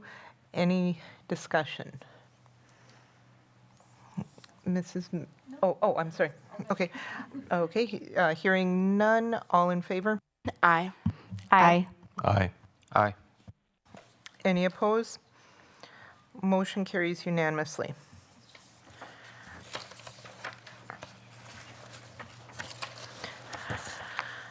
Our next item on the agenda is the Business Office FTE edition. The purpose of this is to discuss adding an additional position to support the daily transactions in the business office. The background information is budgetary reductions for the 24-25 school year have caused an increase in the day-to-day operations of business office staff. The additional position will ensure that the accounting team has the necessary resources to support financial operations of the school district. Dr. Garrison? Thank you, Board President Johnson. So as you know, we've been having to do some constriction at the district office. And most recently, our executive director of business services has resigned from that position. So there's another vacancy there. We are, to be honest with you, we're doing the best we can to keep things, moving forward in our district, but with a team of about 3 people really. And so we are in this space for very specific reasons, but at this current time, we definitely need the support to move some things forward in our district, especially in this office. I did ask Mrs. Elwood to come to the mic to give a deeper higher level overview of the accounting assistant position, and hopefully she can explain that. Not hopefully, I know she can explain that. Thank you, Dr. Garrison and school board members. The position that what I'm asking for is really a kind of a hybrid of some of the positions that have been removed from the budget this past school year. This past school year, we lost 3 people out of our business office that were doing parts of payroll, parts of accounts payable, accounts receivable, and accounting. And we have done our very best to streamline processes and use our current staff and utilize the clerical at the buildings for some of the processes, but at this point, we're realizing that the 4 of us that are left out of 8, we just can't do everything. There's just some things that need to get done for regulation reasons, audit reasons, reports to the state, all those types of things. We need to have all these details, and we are just not able to do it with the 4 people we have left.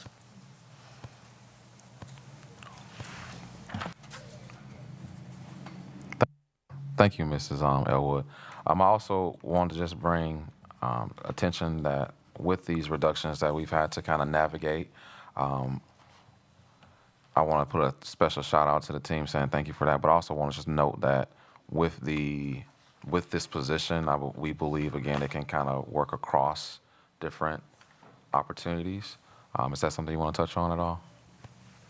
Yeah, so when I said hybrid of the different positions, so we had one position that was doing parts of payroll and parts of, some would say, HR type functions, and helping to assist to make sure that the people that needed to get paid got paid on time and were the correct positions. So part of that role, and accounts payable, accounts receivable, and the accountant that had left.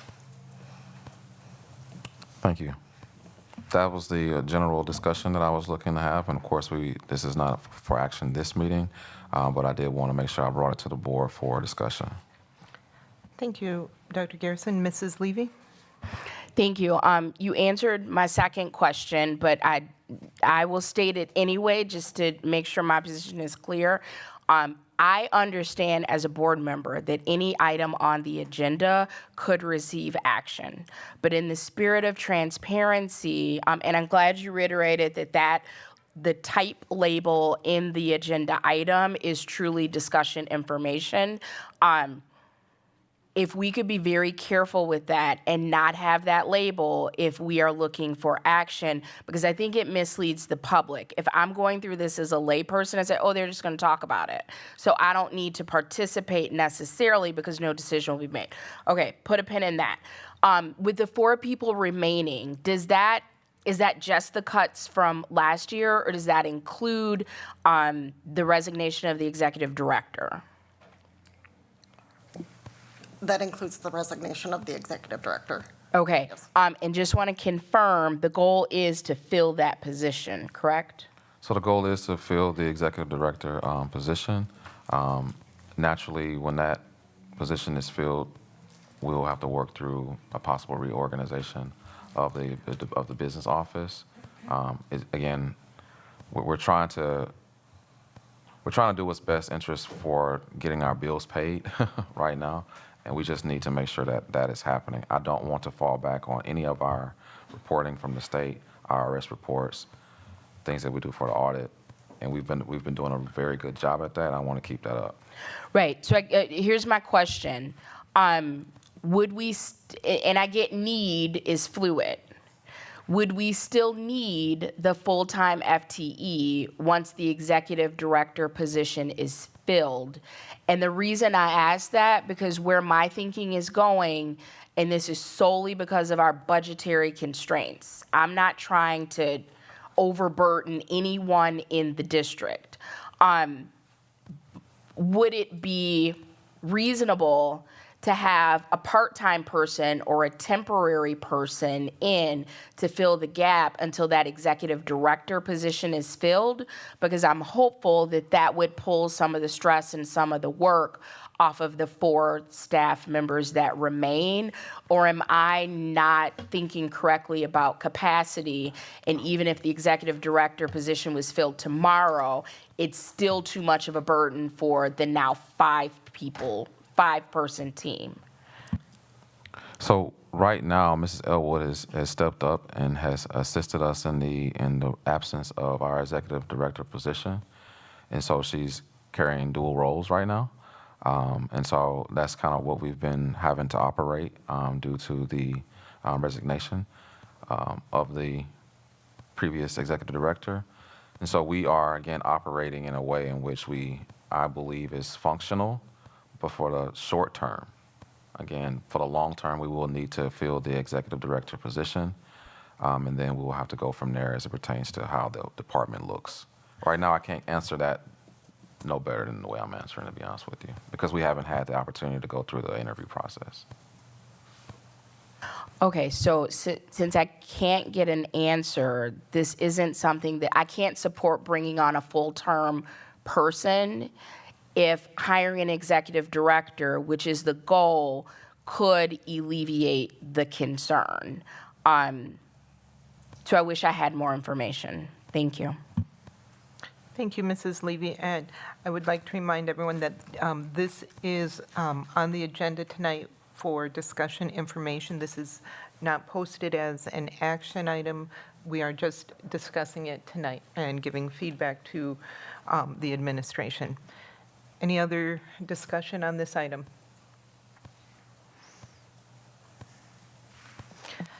Thank you, Mrs. Elwood.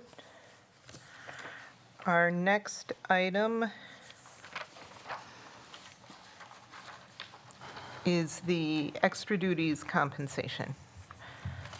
The purpose of this is to discuss recent additional duties taken on by district employees due to staff vacancies. Dr. Garrison? So similar to some of the reductions that we've had to make, we've also had to ask many people to, step in the gap and support the district throughout. And so, this also is a space that I want to be honest with you and say it's been very challenging across the district, whether it be in the teaching in the classroom or whether it be in administrative spaces. We've had to, of course, take on more roles and responsibilities due to the many vacancies. Now, we do have a policy that's in place that speaks to, how we can look at this as it pertains to extra duties for compensation. The policy itself hasn't been revised since, I want to say, January of 2020. So we have been working from this in a lot of situations. I know with most recently, of course, with failed referendums, this conversation is hard, yet we still have to have it because people are taking on additional roles across the district.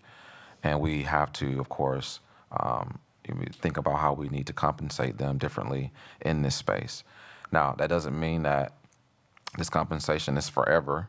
It depends on how long it takes for us to fill a vacancy and or as often as this is brought to the board for consideration. And so I want to make sure that people are very aware that we do have this policy and that we have been trying to work through it. I know there's been some people who believe that, they haven't been compensated for doing extra work or they are delayed from doing extra work. But we've been trying to spread these conversations out as much as we can due to the different budgetary constraints. And it is no way, and it is not my intentions to not compensate people for doing extra work that they may take on throughout the year. But again, this is a space that we have to kind of navigate throughout the school year and bring it up when it's appropriate. Unfortunately, like I just mentioned, with our referendums not being passed, there's always that lingering space that we have to deal with. And so that's the most I can say at this time. I just wanted to make sure the board knew that this is a policy that we have to work from. And if these things are, of course, brought to you, it's because, again, people have been definitely just filling in, doing extra work throughout the year. And I have to look at these requests accordingly. Thank you. Are there any questions or discussion? Mrs. Levy. I just wanted clarification. Thank you for attaching the policy. Is your embedded request in that the policy committee review this policy, or are you comfortable with it as it is currently written? So I'll be honest with you, not having funds, and it says 5 to 15%, one could argue, how is the 5 to consider versus the 15 considered, right? And I know that's a space that was done, prior to, my administration coming onto the table. But that does create some thoughts, if it says 5 to 15%. For me, I would prefer it just to be a certain percentage point or a certain percentage to consider. However, I don't know the background information as it pertains to the range. So that's my statement from that. So it's my understanding, and Ms. Alamanderas, please correct me if I'm understanding this wrong, but I believe we've had conversations and you have provided clarity around how that 5 to 15% is determined. So it seems like the administration does have a grasp on how that 5 to 15% is allocated. And if I'm remembering correctly, it's because if there's a vacancy, some employees may be impacted differently than others. So if I'm doing more work because of that vacancy, then I would get a larger percentage. So one, if the administration could just provide clarity, is there a system in place to determine where an employee lands on that 5 to 15% range? And then again, is this something you want reviewed by the policy committee and then ultimately the full board? So, Ms. Alamanderas, you can share. Go ahead, please.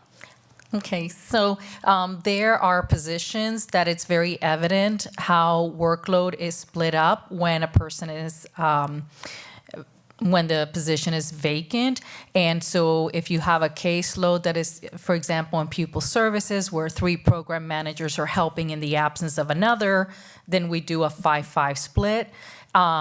Depending on the circumstances, how much volume that person is taking on, they may either be getting the 15%, only 10%, or 5%, or any value in between. So just to be clear, you guys know how to do that and it's consistent? To the best of my knowledge, yes. Okay, awesome. And then my second question, is the administration asking that this policy be reviewed by the policy committee and then ultimately the full board?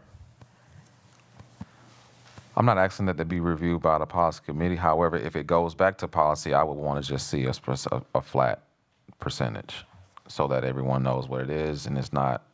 I know we're figuring things out, and I believe we're doing it the correct way, but someone could always argue that they feel differently about it, which that has happened before in conversations. Okay, maybe this is just me, and this is a moment where black and white would be helpful. Do you want us to review and potentially revise the policy, or are you okay with the policy as it is written? I'm okay. I would want you to review the policy. That's what I would want, sorry. Okay, awesome. And then for the people that this policy impacts, I know this is for action or for discussion information. Do you plan that the board needs to provide some assistance, or is this something you just want to make us aware that people are making are being compensated extra for extra work? I'm just at this point I'm kind of confused at this agenda item. I wanted to make sure that the public knew that we have many staff members that are taking on additional work during this time. And so I wanted to be transparent in my conversations as it pertains to when these conversations are coming up, is because we have people that are doing extra work across the district. And I believe we haven't had this open conversation around this specific policy and this space. And I just want to make sure that people knew that when people see different compensations on anything that we do, that this extra pay is because people are taking on extra duties. Thank you so much. No problem. Mr. Nichols? Duly noted. I've made comments on the policy, the review and revise. So, you're welcome. Ms. Miller? Thank you. Since Board Member Levy brought it up earlier, my question was to address any transparency concerns there might be with staff, because this has, Ms. Almody, right, it's come up a number of times and you've always done a wonderful job explaining.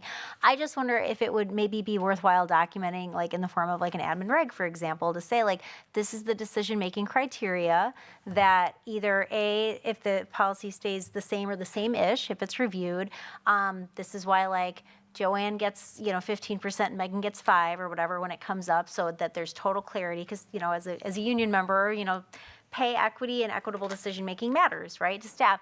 My second question was, actually, that really kind of addresses it, because I guess like to Dr. Garrison's point, if it becomes a flat rate anyway, I still think it would be good just to preserve institutional knowledge and to, create sustainable stability and good practice. Like this seems like a good practice that you've got developed. Like let's document it. So that's just my 85 cents or whatever. Thank you. Thank you. Thank you. Mr. Romero? I just wanted to ask if the current model, have you guys had issues with people questioning whether they deserved more than what they were being offered versus anything like that, as opposed to like a flat rate? Because I understand where this is coming from, where some might have to take huge loads versus some other. It impacts, differently. So, which I understand that, and a flat rate, I look at it from my point of view, from my own personal rate. If I'm taking on a huge chunk of extra work and I'm getting paid the same flat rate as someone that was minimally impacted, it's, I could see the inequity in that. So, I just wanted to make sure if this current model was working as far as, any issues with that. The only issue I would foresee with a flat rate is that oftentimes when there is a vacancy, there are multiple individuals who piece apart the responsibilities, because it's just not feasible for one full-time employee to absorb all of the duties of another full-time employee that is no longer there. I do believe that may have been, I wasn't here when this policy was created, but I would dare assume that that was the basis behind the 5 to 15%, is to ensure that as that work for that vacancy is divvied out, that individuals are getting a portion of that vacancy's work to match the additional pay.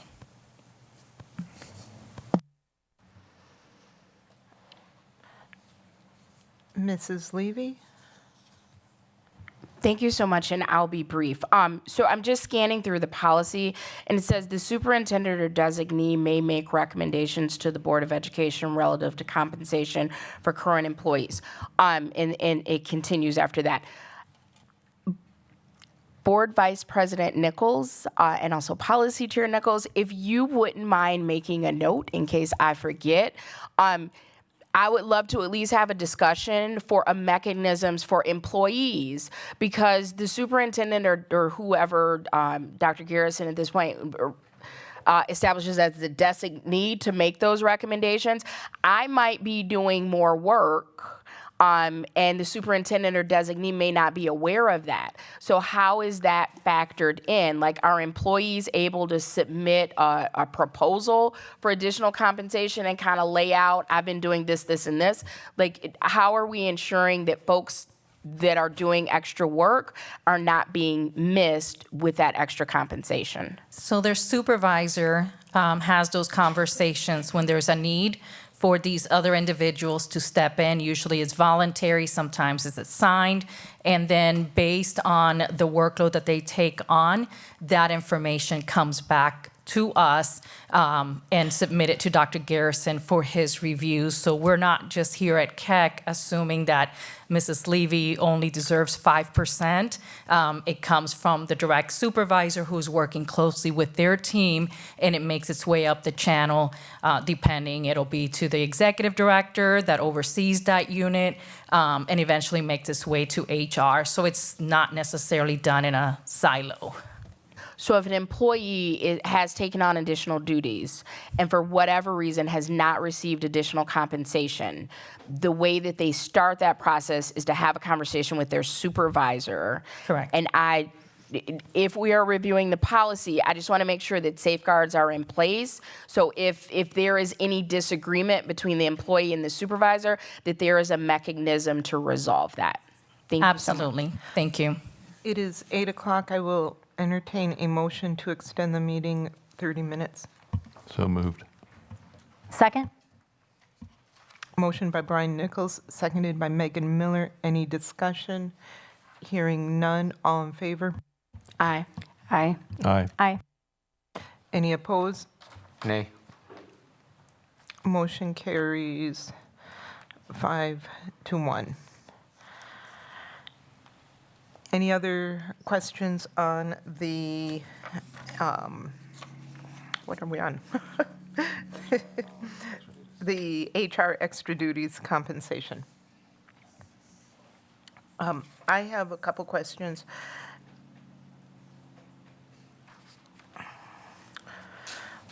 Right now, we are in the midst of making reductions, as we have been the past couple years now, and the fluidity of what positions get cut, sometimes it's a little bit vague, and the policy states, no recommendation for additional compensation will be made for permanent additional duties assigned as a result of the dissolution of a position or for a vacant position that will not be posted and filled due to budgetary restraints.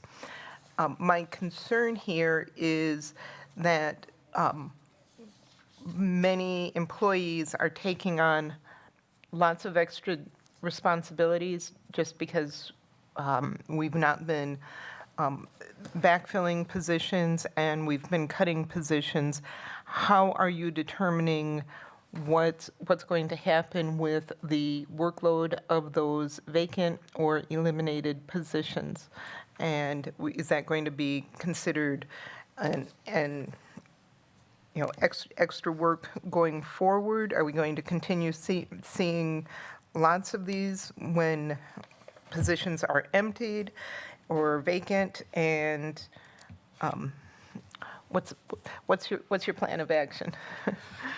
We want to serve, everybody who's serving us the best way we know how. And so in this compensation conversation, sometimes it comes back to when we can do it.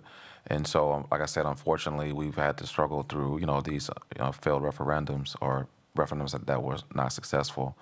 And so what I've tried to do is kind of pace it out throughout the year.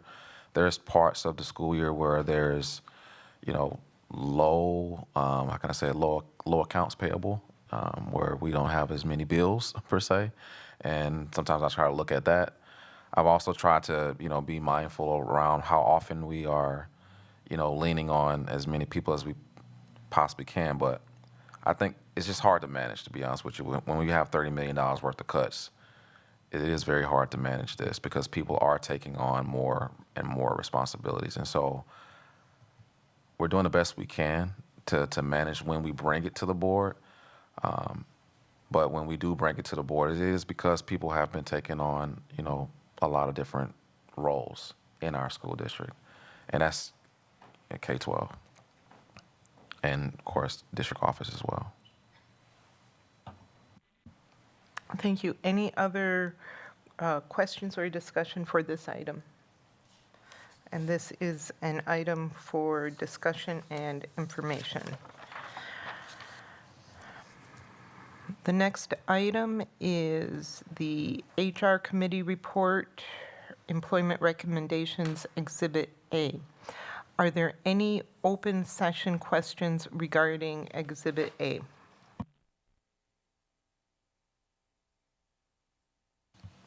Mrs. Levy. Thank you. So I understand that this is not something that this current makeup of the board has agreed upon. However, I think it's valuable to share that what we have done in previous boards is anytime we're going to make a major decision, we hear it first and we have time to process and ask questions. And then the next time it comes before the board, we make a decision. And I'm not telling anyone that that's what you need to do. I just think that's a good practice. So just wanted to say openly, I am not able to move forward with a decision because I think it's really important that we post this as we have, that the community has a chance to digest this and provide any feedback. Board members have an opportunity to ask questions, especially with the information we received this evening about legalities and potential loss of funding to the district if certain positions are cut. So this is not something that I would support this evening. And I just want to be clear that does not need to impact anyone else's decision making. Thank you, Mrs. Levy. Any other open session questions or discussion on Exhibit A? Are there any closed session discussions or questions on Exhibit A?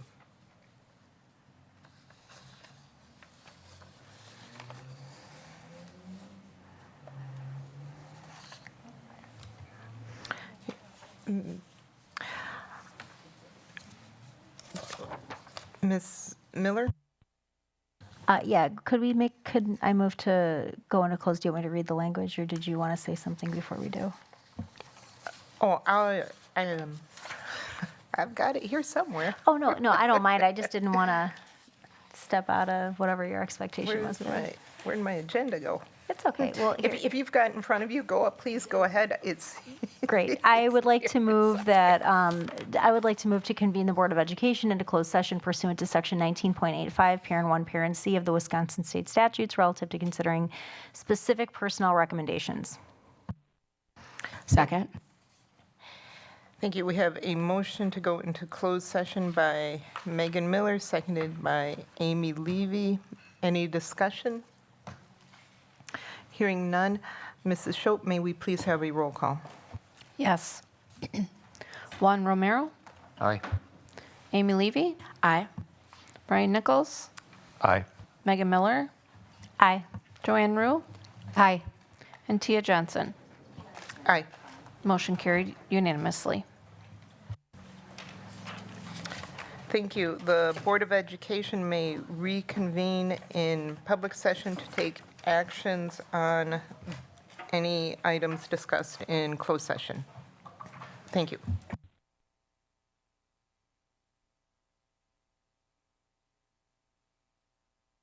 Everyone else has left the call.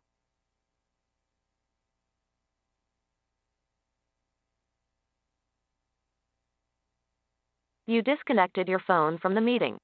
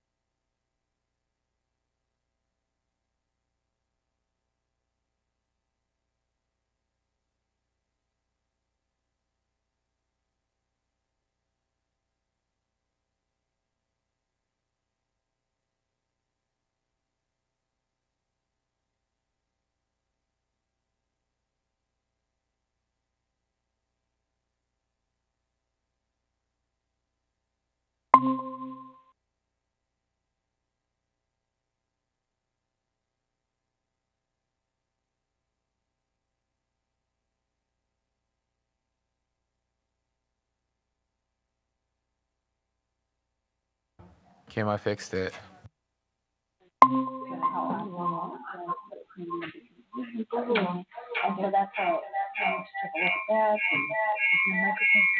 Yeah, mine's off.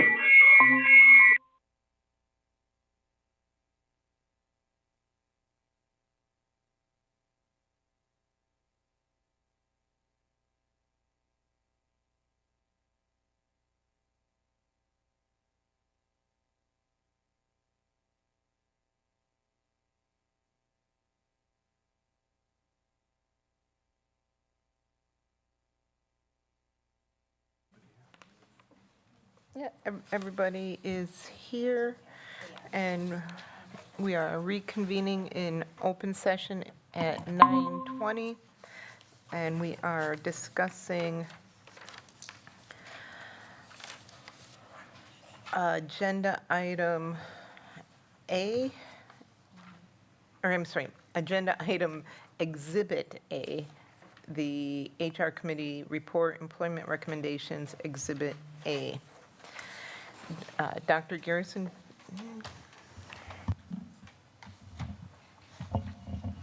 Exhibit A is, I know it's a hard place for the entire school district. I know that there's a space in which, a lot of these positions that, people may see, there is a lot of conversations that have been conducted in these spaces. One of the things that I, pride myself in doing is making sure that, there's clear communication across the board. And there is no best communication when you're, having to cut $6.2 million. You do the best you can in that space, right? And you hope that, we can continue to provide the services that we believe we need to do the job. A lot of the positions that you all see here, some positions have been offered to people, and there's a space in which, they have the opportunity to decide they want to take those positions. So again, if you see a name, there's positions that people could have been offered, and they still have the time to transfer into those positions. I know that there's been some conversations as it pertains to the economic layoffs, as pertains to the administration positions. And I know that has given many people pause in our community. And I know that that's a space in which we've had to work from, since I've arrived. We've been, reducing the administrative staff, again, since I've arrived. This is the third year in the elementary spaces. As you see here, again, these are hard decisions that we are coming across. I know that there's a space that the board believes that I believe the board knows that we are working towards, balancing the budget. We're working towards that. And again, that's a lot of different players that play into that conversation. And overall, it is my responsibility to bring what I believe will best position us to continue some of the services that we have in the district. But again, there's no perfect way in this space because of the 3 years of reductions that we've had to encounter. And so I know this Exhibit A is a lot on this Exhibit A. I can tell you that. It's a lot, probably one of the bigger Exhibit A's that we've had. But one of the things that I wanted to do was to make sure that the community knew that we were, of course, moving towards what we would have to do in absence of a not passed referendum. And that is where we are as a school community. We are in that space. And like I said, these are very hard conversations, but hard doesn't even it doesn't even justify what it really is for us, which is, our students and families deserve all of these positions, if you ask me, But we're in a space now where we have to make decisions based off of our budgetary constraints. And that's what Exhibit A have shown. Again, I want to reiterate to the public that the vacant and attrition positions that you see on the exhibit, we believe, again, some of those positions weren't filled all year. And so those are the natural cuts there. Some people are being offered different positions to transfer into different positions. And then, of course, those are Fund 10 cuts after that. But the economic layoff spaces is because, again, we just can't necessarily, we can't afford this budget as it stands without making some very drastic changes to our school district. And so that's Exhibit A. Of course, we have a lot of resignations and retirements. And again, these positions that you see here are going to be ongoing throughout the rest of this year. I think we all know that. The year is not over with, and there's going to be more resignations and possibly retirements in that space. I will also like to note that when we're thinking about, enrollment, this list as you see it here could be a space where we have to relook at this. Because right now we're basing our needs based off of, stand above 5,000. Everyone's heard me say that before. But of course, we need to make sure that our enrollment looks strong going into the next year, or this list could even, get deeper as it pertains to where we would have to make the natural changes to our budget. There's also a space in this Exhibit A that's not accounted for, which is the biennial budget. The biennial budget is not out yet. And I think there's a space in which there's some hope, I think that's the best way to say it. There's some hope. The hope that we have is that, of course, the state legislature will give us more funds. And a lot of the indicators point to that could happen. But, naturally we want to see that happen before we can actually say what's going to happen. Again, there's been a lot of talks around different, aid coming back to us. But until we actually see that happen, it's kind of hard to determine, excuse me, if that's going to happen. Again, there's a lot of positive conversations happening that our budget will look a little different. The biennial budget will look a little different. And so once that does happen, some of the economic layoffs, we could offer people the opportunities to come back, because this is not for performance or anything like that. It's just simply based off of our ability unfortunately, not to be able to afford these positions based off of our funding gap that we have here in the school district. And so, again, I wanted to make sure I kind of covered those three big ideas. Number one, that this is, of course, tough conversations that we've been having, throughout this referendum conversation. Number two, that some of these positions, people have been offered different positions in our district and they still have time to make a decision. And number three, our biennial budget has not been produced yet. And if it's favorable to us, then we will possibly have the opportunity to look at these economic layoffs and bring, different conversations back to the board for consideration.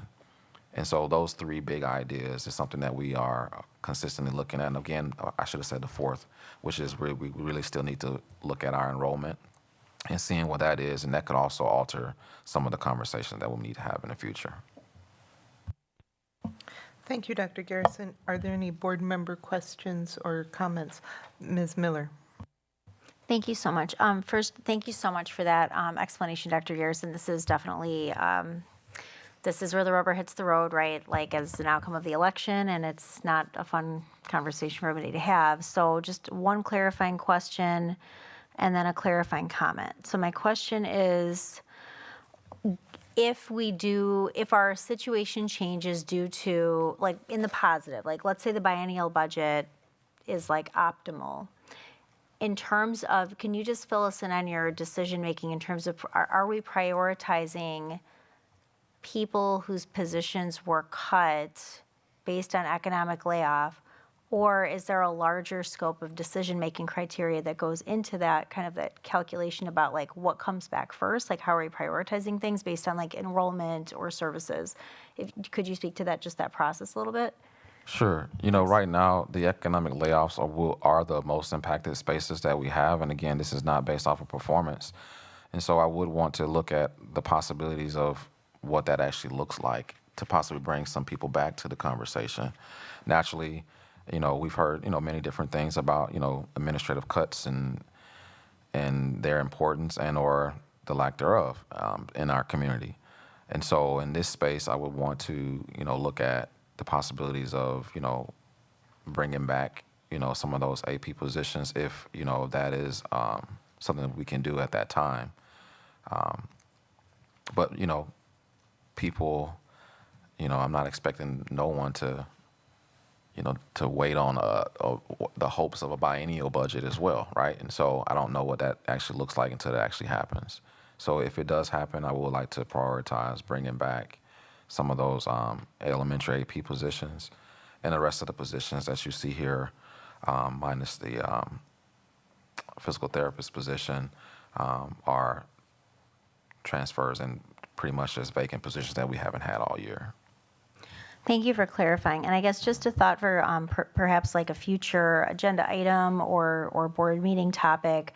So T-chart, right? So on one side is the boards, the one side is the admins. So it's the admin's responsibility to make decisions and bring recommendations like you have this evening regarding personnel, services, facilities, et cetera. It's the board's role to make decisions about our budget. And so I guess my question to my colleagues, that doesn't have to be answered in this moment, but I'm just wondering if going forward, because it sounds like we might be having, well, we will definitely be having more of these discussions. I feel like we could be better calibrated if we had a larger board level discussion with Dr. Garrison's input about the extent to which we are or are not willing to make different budget priorities and different budget decisions based on new information as we receive it about the things that he just described, like enrollment numbers, changes to the biennial budget, et cetera. So that's just a comment/question just for my colleagues on the board. Thank you. Thank you, Ms. Miller. I did suggest to Dr. Garrison that we use the May 17th date for that purpose. Perfect. Thank you so much.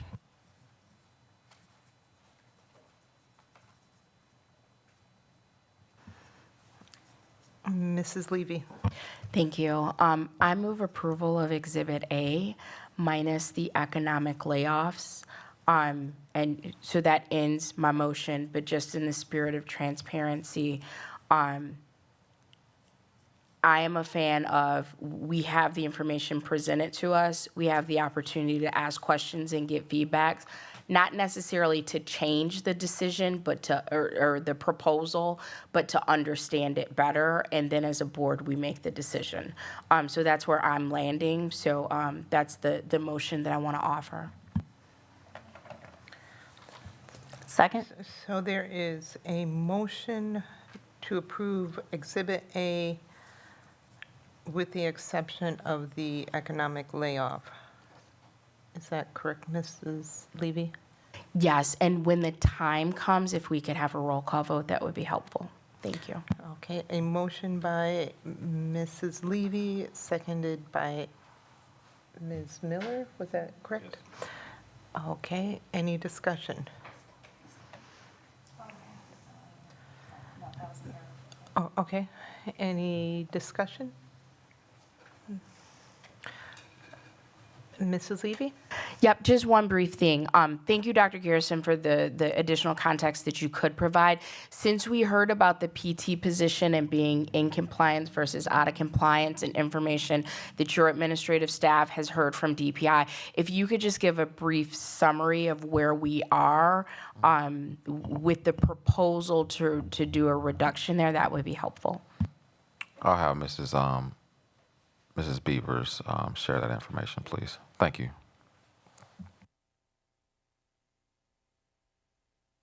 I will do my best.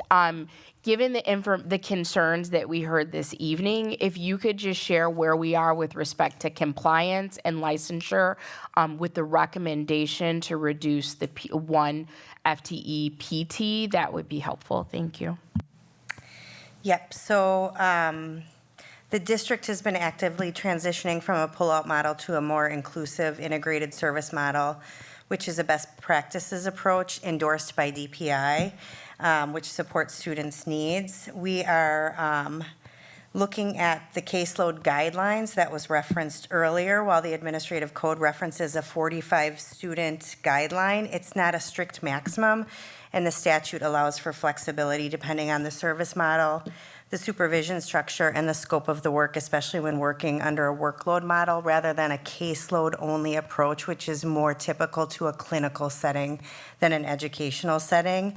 And so we have consulted with DPI on multiple occasions, let them know that we would continue to have 1 physical therapist, and 2 physical therapist assistants for a total of 51 students, which is a very manageable caseload.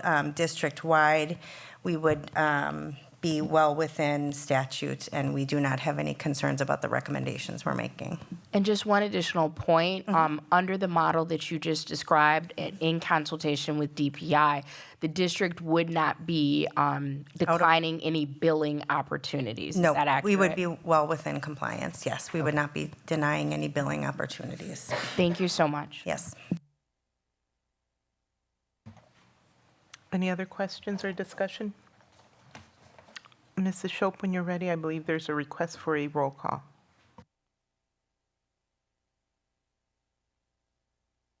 I'm sorry, before you do, Mr. Romero?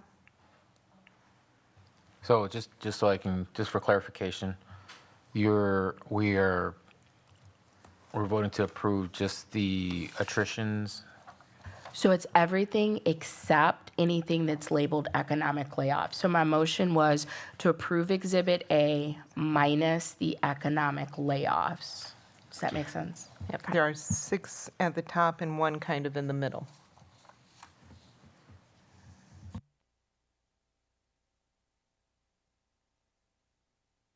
Any other questions?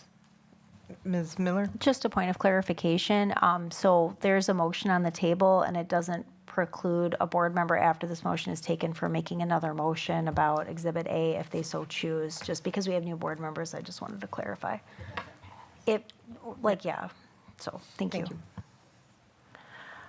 And Mrs. Shope, unless there are any more questions or discussion, which doesn't look like, thank you.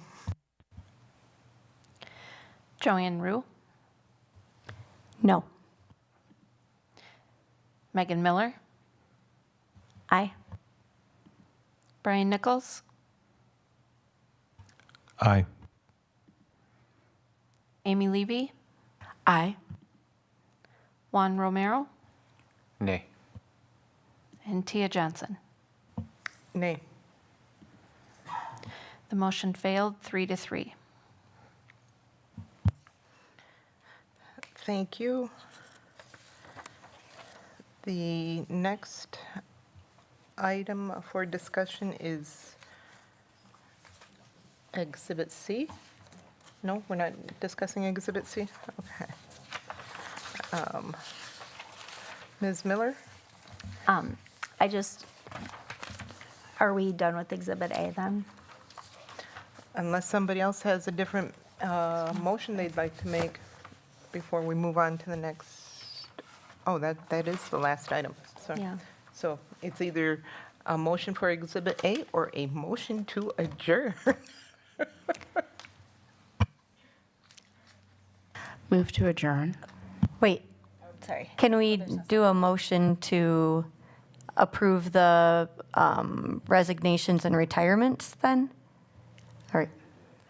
That's my, Yeah, that was included in the last motion. It was everything minus the economic layoffs. Right. If you only want to do the bottom portion. correct. Yep, Just you can do it. those, yes. So just the resignations and retirements? So you just want to say move to approve Exhibit A, recommendations and retirements. I can't even turn.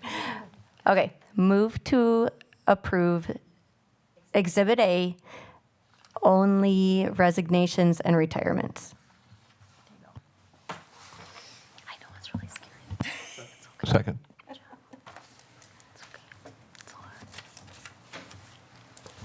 There is a motion to approve Exhibit A, only the resignations and retirements by Joanne Rue, and a second by Brian Nichols. Any discussion?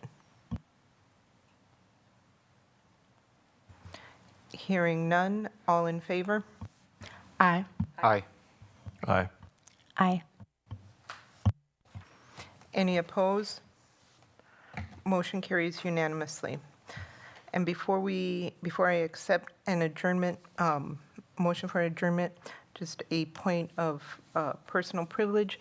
This weekend is Mother's Day. I know we have several mothers in the room, and I want to wish you all a very wonderful, happy Mother's Day. Embrace your children, love them, love your mothers, and be kind to one another. Thank you. Move to adjourn. Second. Motion by Amy Levy, seconded by Brian Nichols. All in favor? Aye. Aye. Any opposed? Aye. Motion carries unanimously. Thank you, everyone. Have a wonderful week.